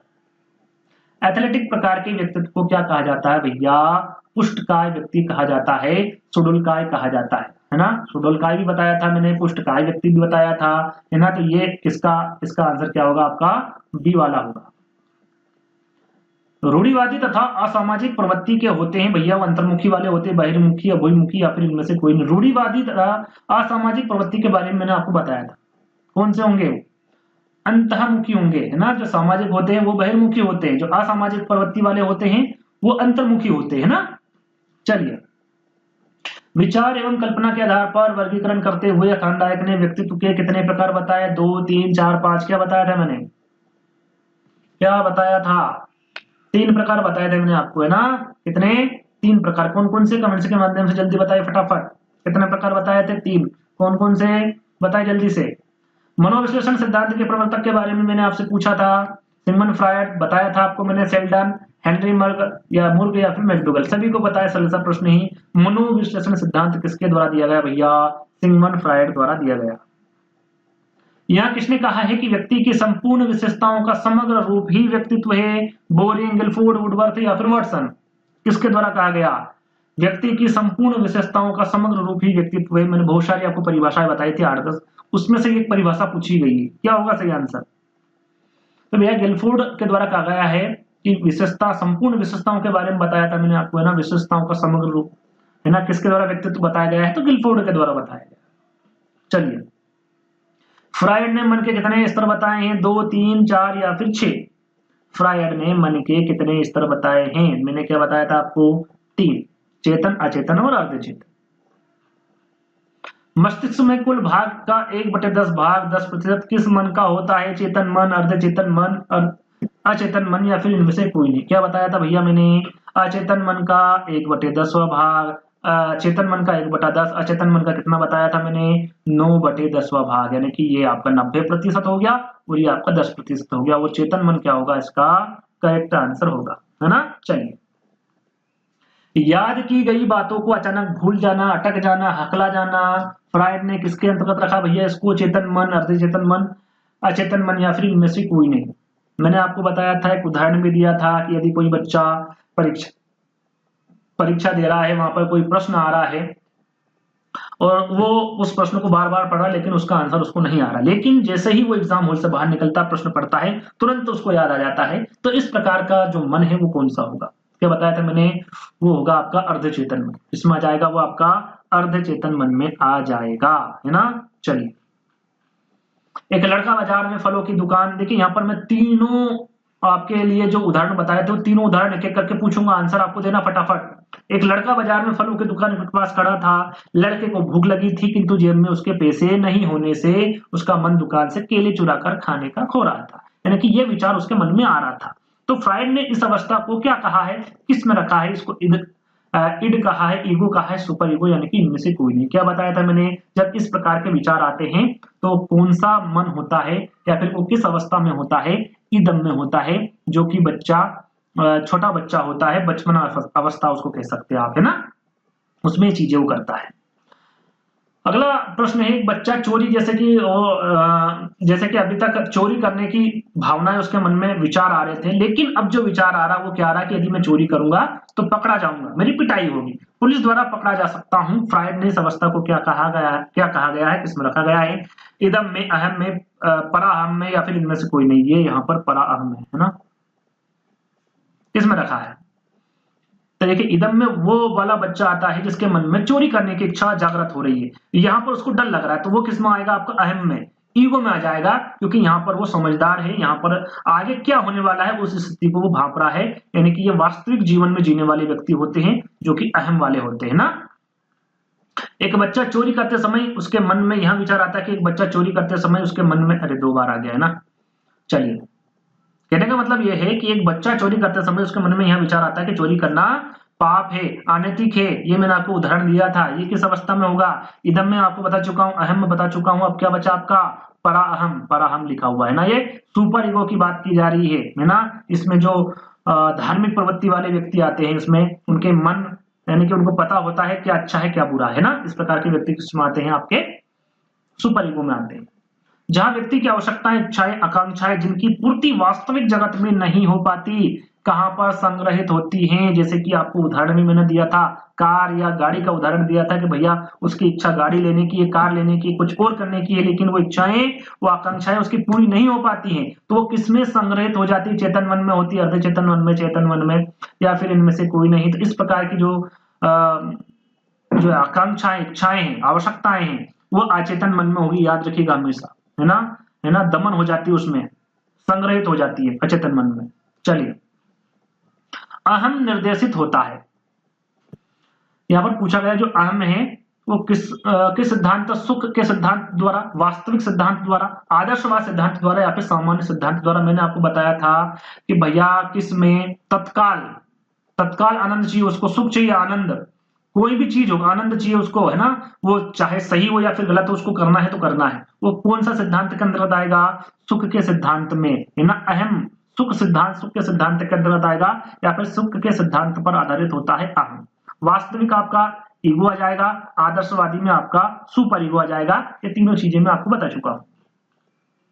फ्रॉइड के अनुशंसित व्यक्ति के बनावट के अनुसार निम्न में से कौन मूलभूत तीव्र इच्छा में उठने के साथ ही तुरंत तथा अनैच्छिक रूप से सभी नियम तथा जीवन की सत्यता तथा नैतिकता की अवहेलना करते हुए संतुष्ट करता है, यानी कि वो भला बुरा यहाँ पर किसी प्रकार से उसे कोई मतलब नहीं है। सीधा सीधा प्रश्न ये पूछा गया है। आई होप आपको प्रश्न समझ में आ गया होगा। आंसर भी आप दे सकते हैं, पराहम, इदम, अहम तथा परहम दोनों या फिर अहम।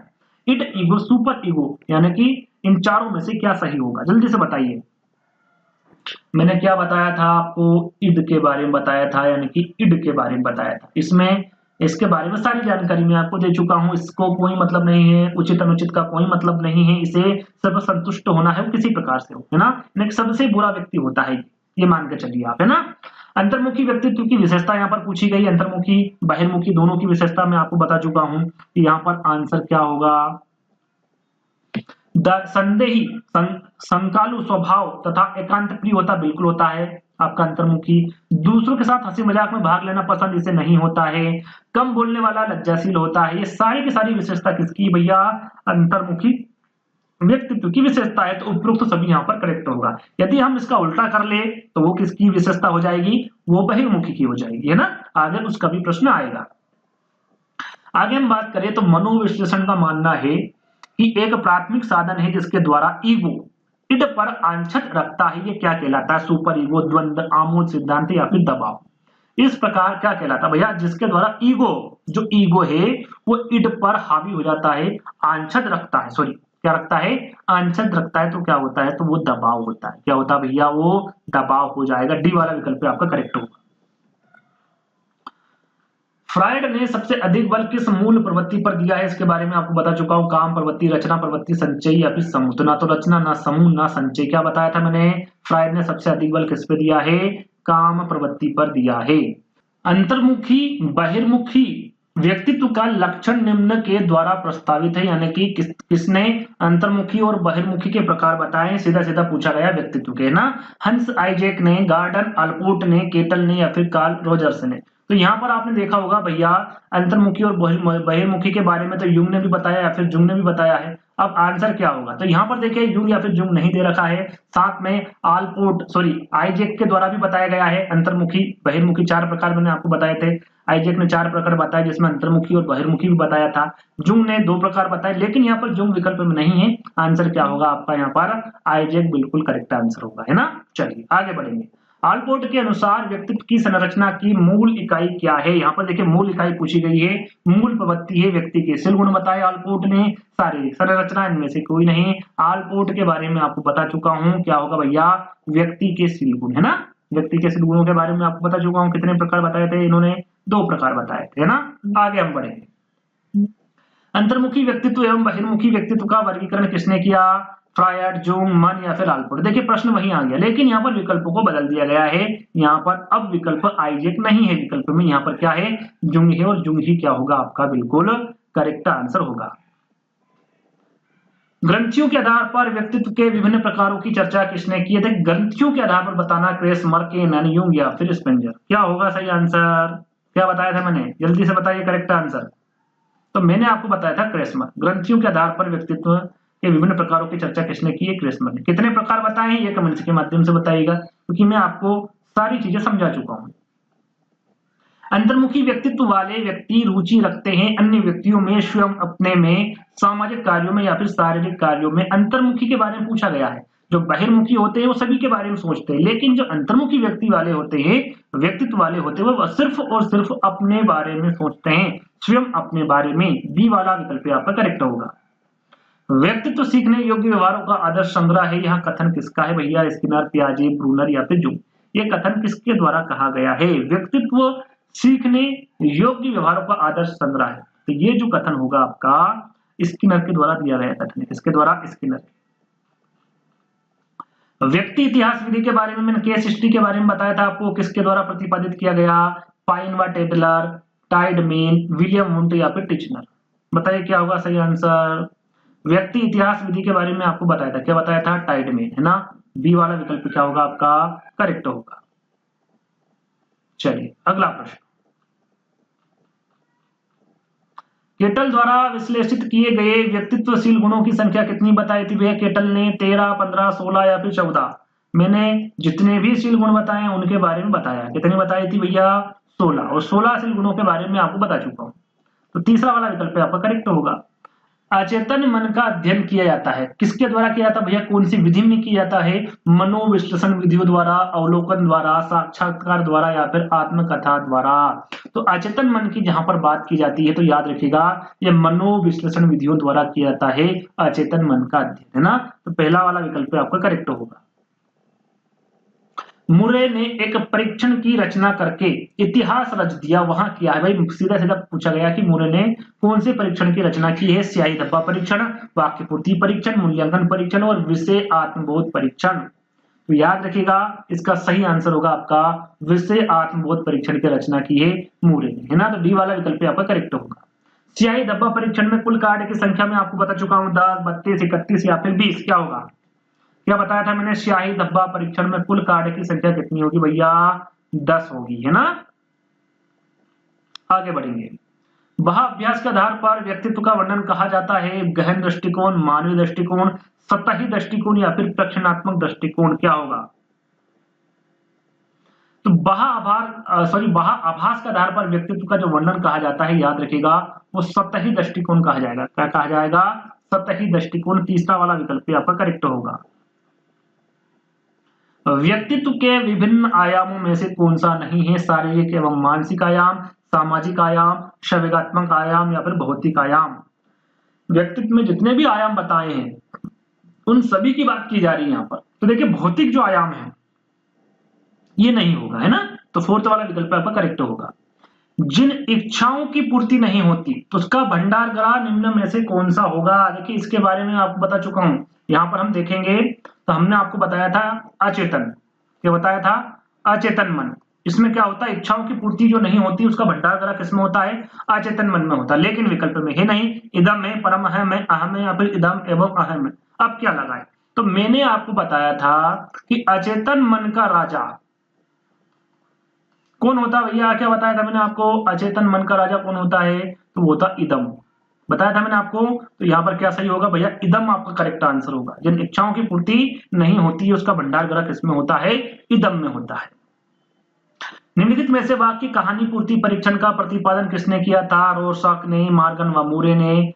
रोर्सा भी बोलते, रोर्सक भी बोलते हैं ना। लियोपोल्ड बेलक ने, पाइन व टेडलर ने। क्या होगा? वाक्य कहानी पूर्ति परीक्षण के बारे में बताया था मैंने आपको, किसके द्वारा दिया गया? तो पाइन व टेडलर के द्वारा दिया गया, है ना। आगे बढ़ेंगे। अंतर्मुखी व्यक्ति की फिर यहाँ पर विशेषता पूछी गई है और यहाँ पर प्रश्न बदल दिए गए, सॉरी विकल्प बदल दिए गए हैं। अब क्या होगा सही आंसर? और ये यदि आप ध्यान रखेंगे तो जो प्रश्न मैंने इसके पहले पूछा था उसी में से एक विकल्प रखा है और वही यहाँ पर आंसर है। क्या होगा? संदेह, संकल्प तथा एकांत प्रिय रहने वाले, दूसरों के साथ हंसी मजाक करने वाले, ये आपका बहिर्मुखी वाले हो जाएंगे, है ना। समूह का नेतृत्व करने वाले ये भी बहिर्मुखी वाले हो जाएंगे। दूसरों को अपने अनुकूल बनाने की क्षमता ये भी आपका बहिर्मुखी। संदेह, संकल्प तथा एकांत प्रिय रहने वाले जो व्यक्ति होते हैं ये अंतर्मुखी व्यक्तित्व वाले होते हैं और यही इसकी विशेषता है। पहला वाला विकल्प आपका करेक्ट होगा।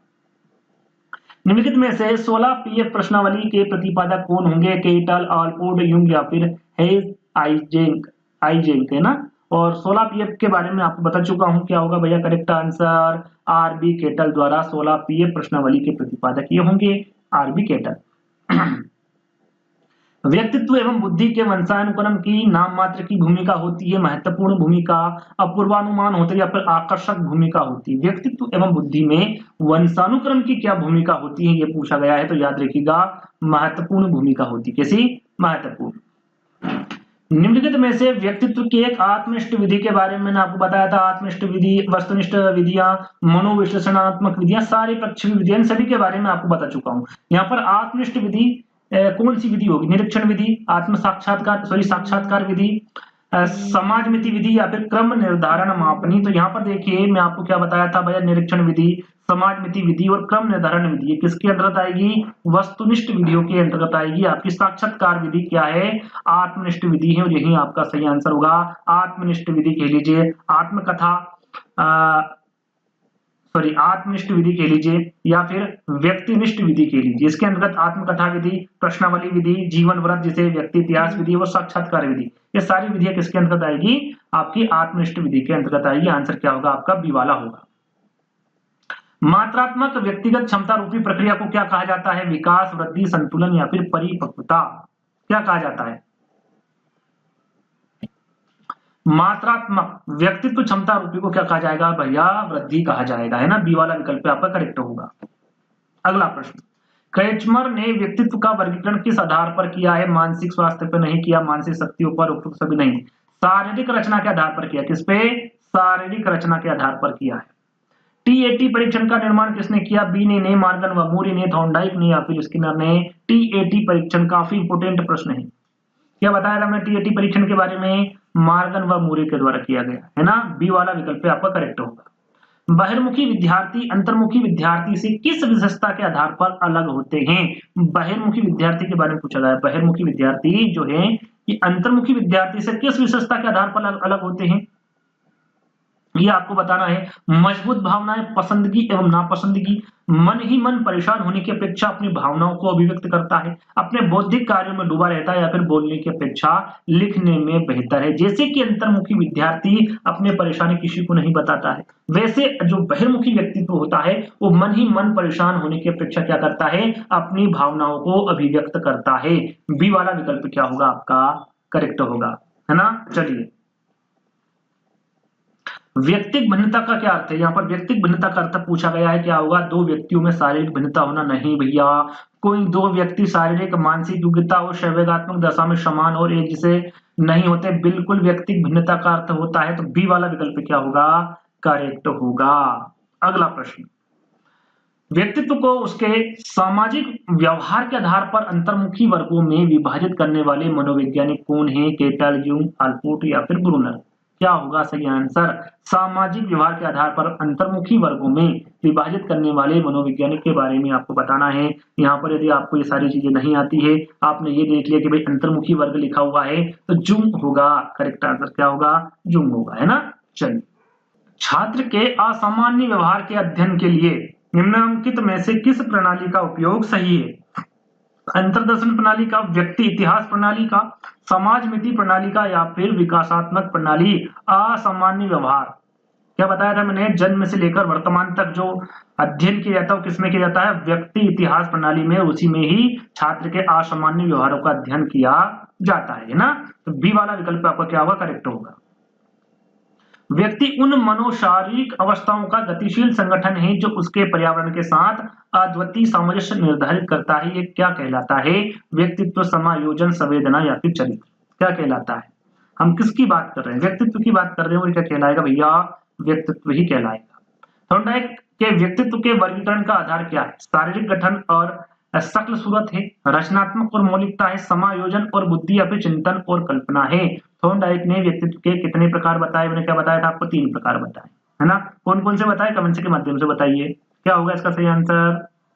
याद रखिएगा, थॉर्नडाइक ने व्यक्तित्व के जो वर्गीकरण का आधार रखा है वो चिंतन और कल्पना रखा है। क्या? चिंतन और कल्पना। क्रेसमर ने व्यक्ति को निम्न में से किस प्रमुख प्रकारों में वर्गीकृत किया है? गोलकाय, सुडोलकाय, लंबकाय या फिर इनमें से सभी? क्रेसमर ने कितने प्रकार बताए भैया? क्रेसमर ने 4 प्रकार बताए हैं, है ना। उसमें से क्या होगा आपका? गोलकाय, सुडोलकाय, लंबकाय और मिश्रित काय, है ना। तो 4 प्रकार बताए, इनमें से क्या होगा? सभी आपका करेक्ट आंसर होगा, है ना। चलिए अगले प्रश्न पे चलेगा। सियाही डब्बा परीक्षण आईबीटी में कुल कार्ड की संख्या पूछी गई भैया, 10, 31, 30 या 20, शायद रिपीटेड प्रश्न है। इसके बारे में मैं आपको बता चुका हूं कितनी संख्या होगी कार्ड की, 10 होगी। रोसा इंक ब्लॉक परीक्षण में शामिल है 5 काले और 5 रंगीन कार्ड। 10 काले और 10 सफेद कार्ड, 5 काले व सफेद तथा 5 बहुरंगी कार्ड या फिर 10 बहुरंगी कार्ड क्या होगा? जैसा कि आपको बता चुके हैं कि भाई कितने कार्ड हो गया रोसा इंक ब्लॉक परीक्षण में 10 कार्ड होंगे, जिसमें 5 कौन से होंगे, 5 कौन से होंगे, दोनों अलग-अलग मैंने आपको बताया था। क्या बताए थे? 5 काले होते, काले व सफेद होते और 5 क्या होते हैं? बहुरंगी कार्ड होते हैं। 5 आपके काले और सफेद होंगे, 5 क्या होंगे? बहुरंगी कार्ड होंगे। टोटल कितने होंगे? 10 होंगे। वाक्य कहानी पूर्ति परीक्षण एससीटी का प्रतिपादन किसने किया था भैया? रोरसाक ने, मार्गन व मूरे ने, लियोपोल्ड, बेलक, पाइन व टेडलर ने। शायद ये प्रश्न भी रिपीटेड प्रश्न है। आंसर क्या होगा आपका? पाइन व टेडलर है ना। डी वाला विकल्प आपका करेक्ट होगा। निम्नलिखित में से व्यक्तित्व की एक आत्मनिष्ठ विधि कौन सी? देखिए आत्मनिष्ठ विधि पूछी गई है और शायद ये प्रश्न भी रिपीट हुआ है ना।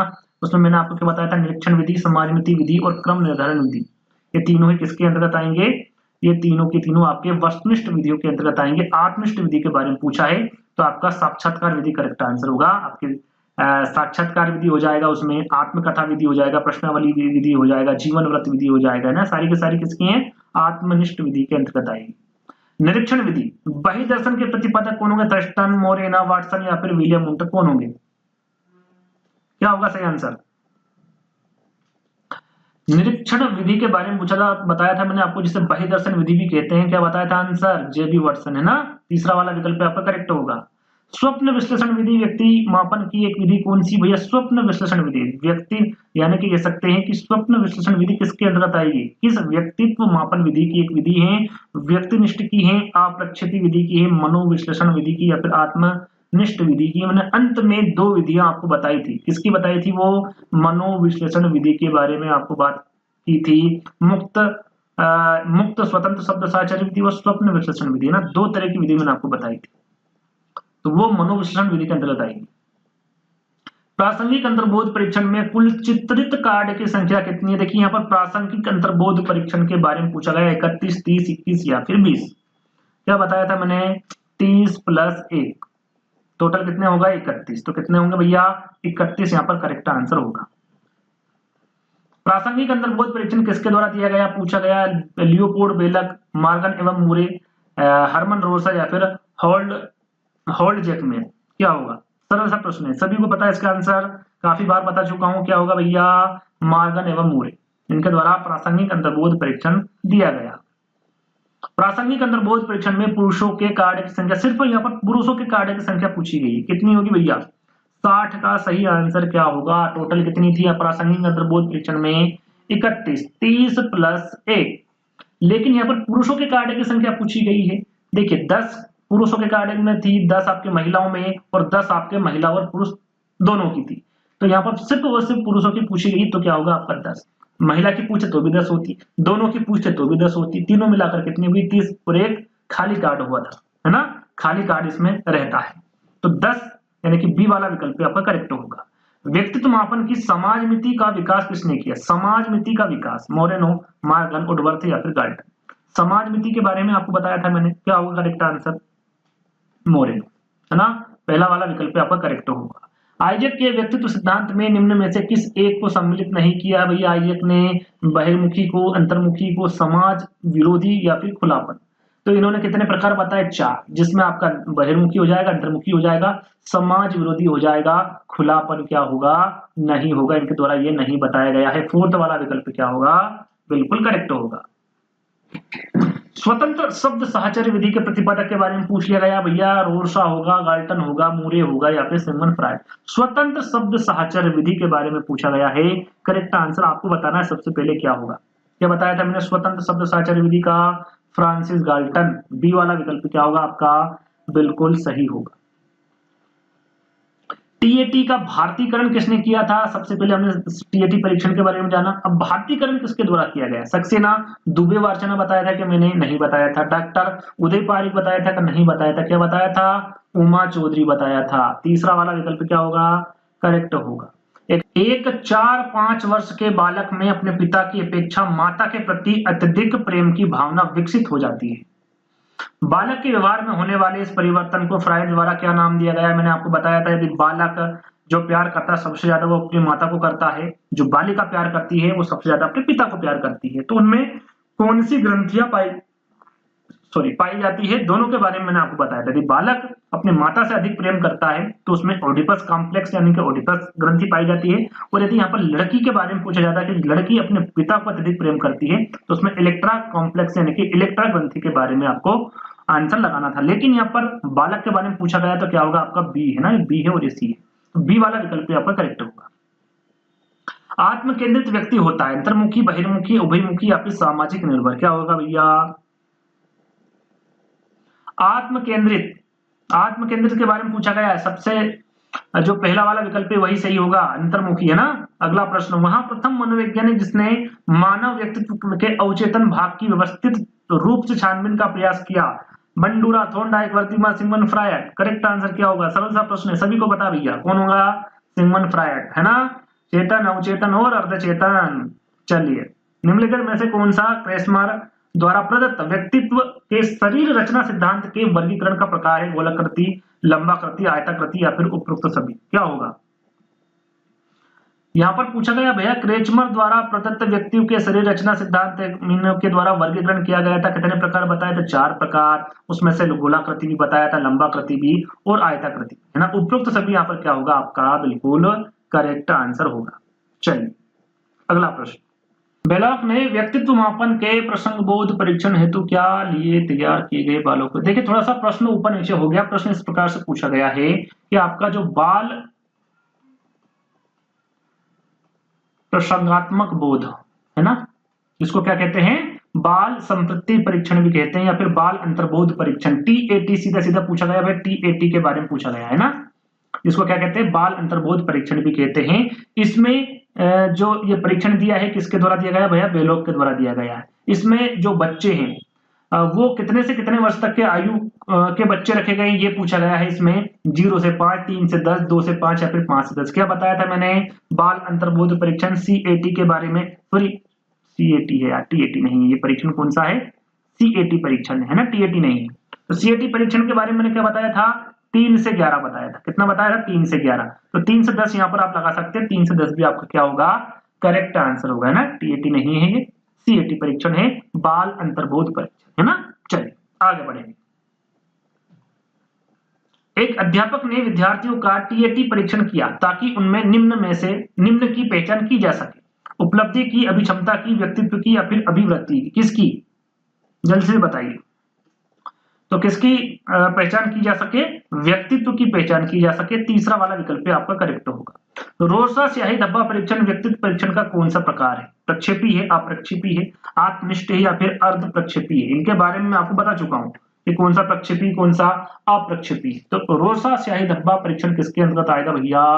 प्रक्षेपी विधियों के अंतर्गत आएगा। पहला वाला विकल्प आपका करेक्ट होगा। रोसा स्याही धब्बा परीक्षण है ना, प्रसंगात्मक बोध जिसको टीएटी भी कहते हैं है ना, बाल अंतर्बोध जिसको सीएटी कहते हैं, वाक्य या फिर कहानी पूर्ति परीक्षण, सारे के सारे किसके अंतर्गत आएंगे? प्रक्षेपी के अंतर्गत आएंगे। मनोविश्लेषणात्मक प्रणाली के जन्मदाता कौन है भैया? वुडवर्थ, सिगमंड फ्रायड, जुंग या फिर रॉस? सभी को बता भैया, मनोविश्लेषणात्मक प्रणाली के जन्मदाता कौन होंगे? सिगमंड फ्रायड होंगे। टीएटी परीक्षण में कार्ड की संख्या कितनी बताई गई है? 10, 40, 20 या फिर 31? टीएटी प्रसंगात्मक बोध परीक्षण के बारे में यहां पर बात की जा रही है, क्या होगा? जल्दी से बताइए करेक्ट आंसर।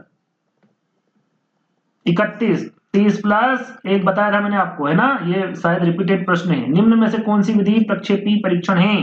टीएटी, 16 पीएफ, एनवीसीआई या फिर टीएटी, सॉरी डीएटी। प्रक्षेपी परीक्षण अभी मैंने आपको बताया था, सारा जितने भी प्रक्षेपी परीक्षण उनके बारे में आपको बताया था एक एक करके। क्या होगा सही आंसर? टीएटी है ना। क्या बताया था? प्रसंगात्मक बोध परीक्षण। अंतर्मुखी व्यक्तित्व के लोग रुचि रखते हैं सामाजिक कार्यों में, मित्रों में, स्वयं में या फिर पार्टियों में। अंतर्मुखी क्या बताया था मैंने? जो अंतर्मुखी व्यक्तित्व होते हैं ये स्वयं में रुचि रखते हैं, सामाजिक कार्यों में, मित्रों में, पार्टियों में तो आपका बहिर्मुखी व्यक्तित्व आएगा है ना। यहाँ पर अंतर्मुखी के बारे में पूछा गया है तो तीसरा वाला विकल्प आपका करेक्ट होगा। निम्नलिखित में से कौन सी प्रक्षेपी परीक्षण की विशेषता नहीं है? अस्पष्ट उद्दीपक अनुक्रिया की स्वतंत्रता, वस्तुनिष्ठ व्याख्या या फिर व्यक्ति परक प्रत्यक्षण। यहाँ पर प्रत्यक्षण लिखा हुआ है ना, क्या होगा? निम्नलिखित में से कौन सी प्रक्षेपी परीक्षण की विशेषता नहीं है? तो वो है वस्तुनिष्ठ व्याख्या। ये किसके अंतर्गत आ जाएगा भैया? तो ये अप्रक्षेपीय परीक्षण के अंतर्गत आएगा है ना। तीसरा वाला विकल्प क्या होगा आपका? करेक्ट होगा। अंतःस्रावी ग्रंथियां व्यक्तित्व को प्रभावित करने वाली कैसी कारक है? सामाजिक है, आनुवांशिक है, सांस्कृतिक है या फिर उपरोक्त सभी? क्या है भैया? तो याद रखिएगा ये आनुवांशिक है। बी वाला विकल्प आपका करेक्ट होगा। मूरे ने एक परीक्षण की रचना करके इतिहास रच दिया। यह प्रश्न शायद रिपीटेड प्रश्न है, आंसर मैं आपको बता चुका हूं। कौन सा होगा? विषय आत्मबोध, आत्मबोधन परीक्षण। यहाँ किसने कहा है कि हम जो कुछ करते हैं वही व्यक्तित्व है? Boring, Guilford, Woodworth, Watson. ये परिभाषा मैं आपको बता चुका हूँ, समझा चुका हूँ। क्या होगा भैया? यहाँ किसने कहा है कि हम जो कुछ भी करते हैं वही व्यक्तित्व है? ये मैं आपको क्यूज के तौर पर देता हूँ, सरल सा प्रश्न है ये ना। क्वेश्चन नंबर 79 लिखिएगा, आंसर लिखिएगा भैया। ए आएगा, बी आएगा, सी आएगा और डी आएगा। उसमें साथ में ये भी लिखेगा बोरिंग, गिलफोर्ड, वुडवर्थ या फिर वाटसन। जल्दी से फटाफट सभी को आंसर देना है जो वीडियो देख रहे हैं, है ना। और यहाँ तक आ गए हैं और वीडियो को अभी तक लाइक नहीं किया तो वीडियो को लाइक करते चलिएगा, है ना, ताकि हमें पता चल सके कि वीडियो आपको पसंद आ रहा है। चलिए, रेमंड केटल द्वारा कितने व्यक्तित्व कारक प्रस्तावित किए गए हैं? 5, 14, 16 या फिर 8? केटल द्वारा पूछा गया भैया, क्या बताया था मैंने? 16। कितने कारक प्रस्तावित किए गए? 16। 16 के बारे में आपको बता चुका हूँ। जन्मजात व्यक्तित्व गुणों का योगफल है समानता, निरंतरता, वंशानुक्रम या फिर युष्ता? क्या होगा 81 का? वंशानुक्रम आपका करेक्ट आंसर होगा। व्यक्तित्व मनोदेहिक व्यवस्थाओं का वह गत्यात्मक संगठन है जो वातावरण के साथ अपूर्व समायोजन का निर्धारण करता है। इन शब्दों में व्यक्तित्व की परिभाषा दी है किसके द्वारा भैया? आलपोर्ट, एडलर, एरिक्सन या फिर वुडवर्थ? किसके द्वारा दी गई है? तो ये परिभाषा आलपोर्ट के द्वारा दी गई परिभाषा है। रोर्सा स्याही धब्बा परीक्षण का प्रयोग किया जाता है भैया बुद्धि मापने के लिए, रुचि मापने के लिए, उपलब्धि मापन के लिए, फिर व्यक्तित्व मापन के लिए। हम किसकी बात कर रहे हैं? व्यक्तित्व की बात कर रहे हैं। और ये सारे परीक्षण किसके अंतर्गत आते हैं? व्यक्तित्व के, और यही इसका मापन करता है, व्यक्तित्व मापन के, है ना। चलिए, मनोविश्लेषणवादी के अनुसार मानव व्यवहार का संचालन होता है चेतन मन द्वारा, अचेतन मन, उपचेतन मन या फिर वातावरण। मनोविश्लेषणवाद के अनुसार मानव व्यवहार का संचालन किसमें होता है? ये आपको बताना है, तो याद रखिएगा ये आपका अचेतन मन में होता है। किसमें होता है? अचेतन मन में। बी वाला विकल्प आपका करेक्ट होगा। फ्राइड के अनुसार मन की संरचना का सही क्रम क्या है भैया? क्या बताया था? अति अहम बताया था कि पहला अति अहम हो ही नहीं सकता, अहम भी नहीं होता है पहला, है ना। न अति होता है, न अहम होता है, न इनमें से कोई नहीं। इदम, अहम और अति अहम, जैसे आप इन ईगो, सुपर ईगो भी कहते हैं। बी वाला विकल्प आपका करेक्ट होगा। प्रक्षेपण विधि द्वारा किसका अध्ययन किया जाता है? चेतन मन का, बुद्धि का, अचेतन मन का या फिर सृजनात्मकता? प्रक्षेपण विधि के द्वारा पूछा गया। 86। प्रक्षेपण विधि द्वारा किसका अध्ययन किया जाता है? तो सॉरी अचेतन मन का किया जाता है ना। तीसरा वाला विकल्प आपका करेक्ट होगा। विचार, प्रेरणाएं, आवेग व इच्छाएं व्यक्तियों के किस भाग का निर्माण करती है? चेतन, अचेतन, अर्धचेतन या फिर उपयुक्त सर किसका करती है? विचार, प्रेरणाएं, आवेग और इच्छाएं, क्या बताया था मैंने? अचेतन मन, है ना। बी वाला विकल्प आपका करेक्ट होगा। व्यक्ति का स्वयं के बारे में उसकी क्षमताएं, योग्यताओं का प्रत्यक्ष क्या कहलाता है? स्वसम्मान, स्वनियंत्रण, स्वसंपत्ति या फिर उपसभी? क्या कहलाएगा? तो व्यक्ति का जो स्वयं के बारे में, उसकी क्षमताओं के बारे में या फिर योग्यताओं का जो प्रत्यक्ष कहलाता है वह स्वसंपत्ति कहलाता है। व्यक्तित्व को अंतर्मुखी एवं बहिर्मुखी वर्गों में वर्गीकरण किसने किया था? ये मैं आपको बता चुका हूं। देखिए यहाँ पर हिप्पोक्रेट्स, शेल्टन, यूंग या फिर सिगमंड फ्राइड? क्या होगा? यूंग के बारे में मैं आपको बता चुका हूं। तीसरा वाला विकल्प आपका करेक्ट होगा। रोसा स्याही धब्बा परीक्षण व्यक्तित्व परीक्षण का कौन सा प्रकार है? व्यक्तित्व अप्रक्षेपी, प्रक्षेपी या फिर अर्ध प्रक्षेपी? ये कौन सा प्रकार है? क्या बताया था मैंने आपको? रोसा परीक्षण बताया था। उसके बाद में प्रसंगात्मक बोध परीक्षण, बाल अंतर्बोध परीक्षण, वाक्य या कहानी पूर्ति परीक्षण, ये किसके अंतर्गत आएंगे? प्रक्षेपी, है ना, प्रक्षेपी विधियों के अंतर्गत आएगा। तीसरा वाला विकल्प आपका करेक्ट होगा। अगला प्रश्न, व्यक्तित्व जन्मजात एवं अर्जित प्रवृत्तियां का योग है, यहाँ कथन किसके द्वारा कहा गया? वैलेंटाइन, एडलर, एरिक्सन या फिर वुडवर्थ? तो ये कथन किसके द्वारा कहा गया था? वैलेंटाइन के द्वारा किया गया कथन था। वह है जो अधिक खुला, मिलनसार, उद्यमशील, हंसमुख और काफी आत्मविश्वास वाला होगा, उस व्यक्ति को क्या कहेंगे आप? देखिए, खुला, मिलनसार, क्या बताया था मैंने? अंतर्मुखी तो हो नहीं सकता। क्या बताया था? उभयमुखी, दोनों प्रकार के व्यक्ति होते। मैंने क्या बताया था आपको? बहिर्मुखी, जो बहिर्मुखी व्यक्ति होता है वो खुला विचार वाला होता है, मिलनसार होता है, उद्यमशील, हंसमुख होता है ना, काफी आत्मविश्वास होता है उसमें। तो तीसरा तीसरा वाला नहीं, ये बी वाला विकल्प है, वो सी वाला है ना, थोड़ा सा मिसप्रिंट हुआ है। बहिर्मुखी आपका क्या होगा, सही होगा, एकदम करेक्ट आंसर। अगला प्रश्न, हेनरी ए मुरे तथा क्रिस्टियाना डी मार्गन द्वारा कौन सा परीक्षण निर्मित किया गया? इनके द्वारा कौन सा किया गया भैया? वाक्य पूर्ति परीक्षण, 16 व्यक्ति आयाम, कथानक संप्रति परीक्षण या फिर चित्र कुंठा परीक्षण? क्या होगा सही आंसर? 93 का। यहाँ पर देखिए मुरे और मार्गन के द्वारा पूछे, याद रखिएगा इनके द्वारा कथानक संप्रति परीक्षण दिया गया, तीसरा वाला विकल्प आपका करेक्ट होगा। व्यक्ति को शारीरिक संरचना के आधार पर किसने वर्गीकृत किया भैया? अल्पोर्ट ने, हिप्पोक्रेट्स ने, स्किनर ने या फिर क्रेचमर ने? किसने किया? ये भी आपको आंसर देना है।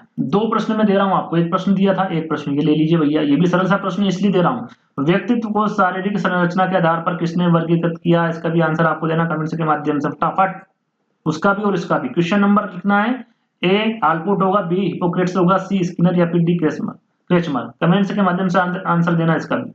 कुछ व्यक्तियों में अंतर्मुखी व बहिर्मुखी दोनों के गुण पाए जाते हैं, उन्हें किस नाम से जाना जाता है? जिसमें दोनों के गुण पाए जाते हैं, मैंने आपको क्या बताया था, उसे ना तो अंतर्मुखी कहेंगे ना बहिर्मुखी, क्या कहेंगे उसको? उभयमुखी कहेंगे, है ना। बी वाला विकल्प आपका क्या होगा? करेक्ट होगा। निम्नलिखित में से व्यक्तित्व परीक्षण की विधि कौन सी नहीं है? व्यक्तित्व परीक्षण की विधि निरीक्षण विधि है भैया, शारीरिक परीक्षण है, साक्षात्कार है, भ्रमण नहीं है ना, भ्रमण के बारे में हमने अभी तक जिक्र नहीं किया है। बी वाला विकल्प आपका करेक्ट होगा।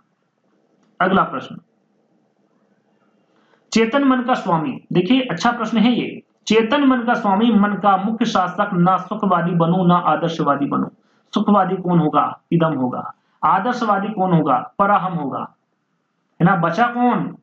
कौन बचा भैया? सुपर ईगो, नहीं ईगो बचा, है ना, यानी कि अहम। अहम क्या है? ना तो सुखवादी बनो ना आदर्शवादी बनो। ये किस पर? वास्तविकता पर ये काम करता है, जो वर्तमान में है उसमें जीता है ना। तो ईगो, अहम, यहां पर आपका क्या होगा? करेक्ट आंसर होगा। अगला प्रश्न,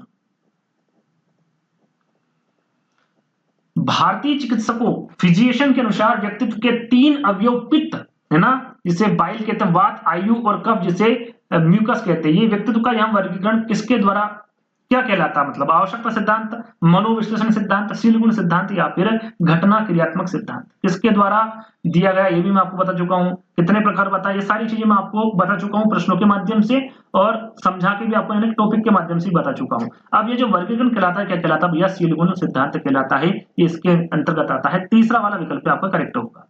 निम्नलिखित में से व्यक्तित्व के मनोविश्लेषण सिद्धांत के प्रतिपादक के बारे में देखिए फिर से पूछ लिया गया, सिगमंड फ्रायड, है ना। ये प्रश्न काफी बार रिपीट हुआ है, तो आपका पहला वाला विकल्प सही होगा। अगला और अंतिम प्रश्न है, एक अध्यापक ने विद्यार्थी का टीएटी किया। टीएटी जो परीक्षण होता है उसके बारे में बात की जा रही है, यानी कि प्रसंगात्मक जो बोध परीक्षण है उसके बारे में बात की जा रही है। तो टीएटी किया ताकि उनमें निम्न की पहचान की जा सके, उपलब्धि की, अभिक्षमता की, व्यक्तित्व की या फिर अभिवृत्ति की। हम अभी तक किसकी बात कर रहे हैं? व्यक्तित्व की, और ये किसके अंतर्गत आएगा? व्यक्तित्व की पहचान की जा सके, है ना, टीएटी में। तो तीसरा वाला विकल्प यहाँ पर करेक्ट होगा।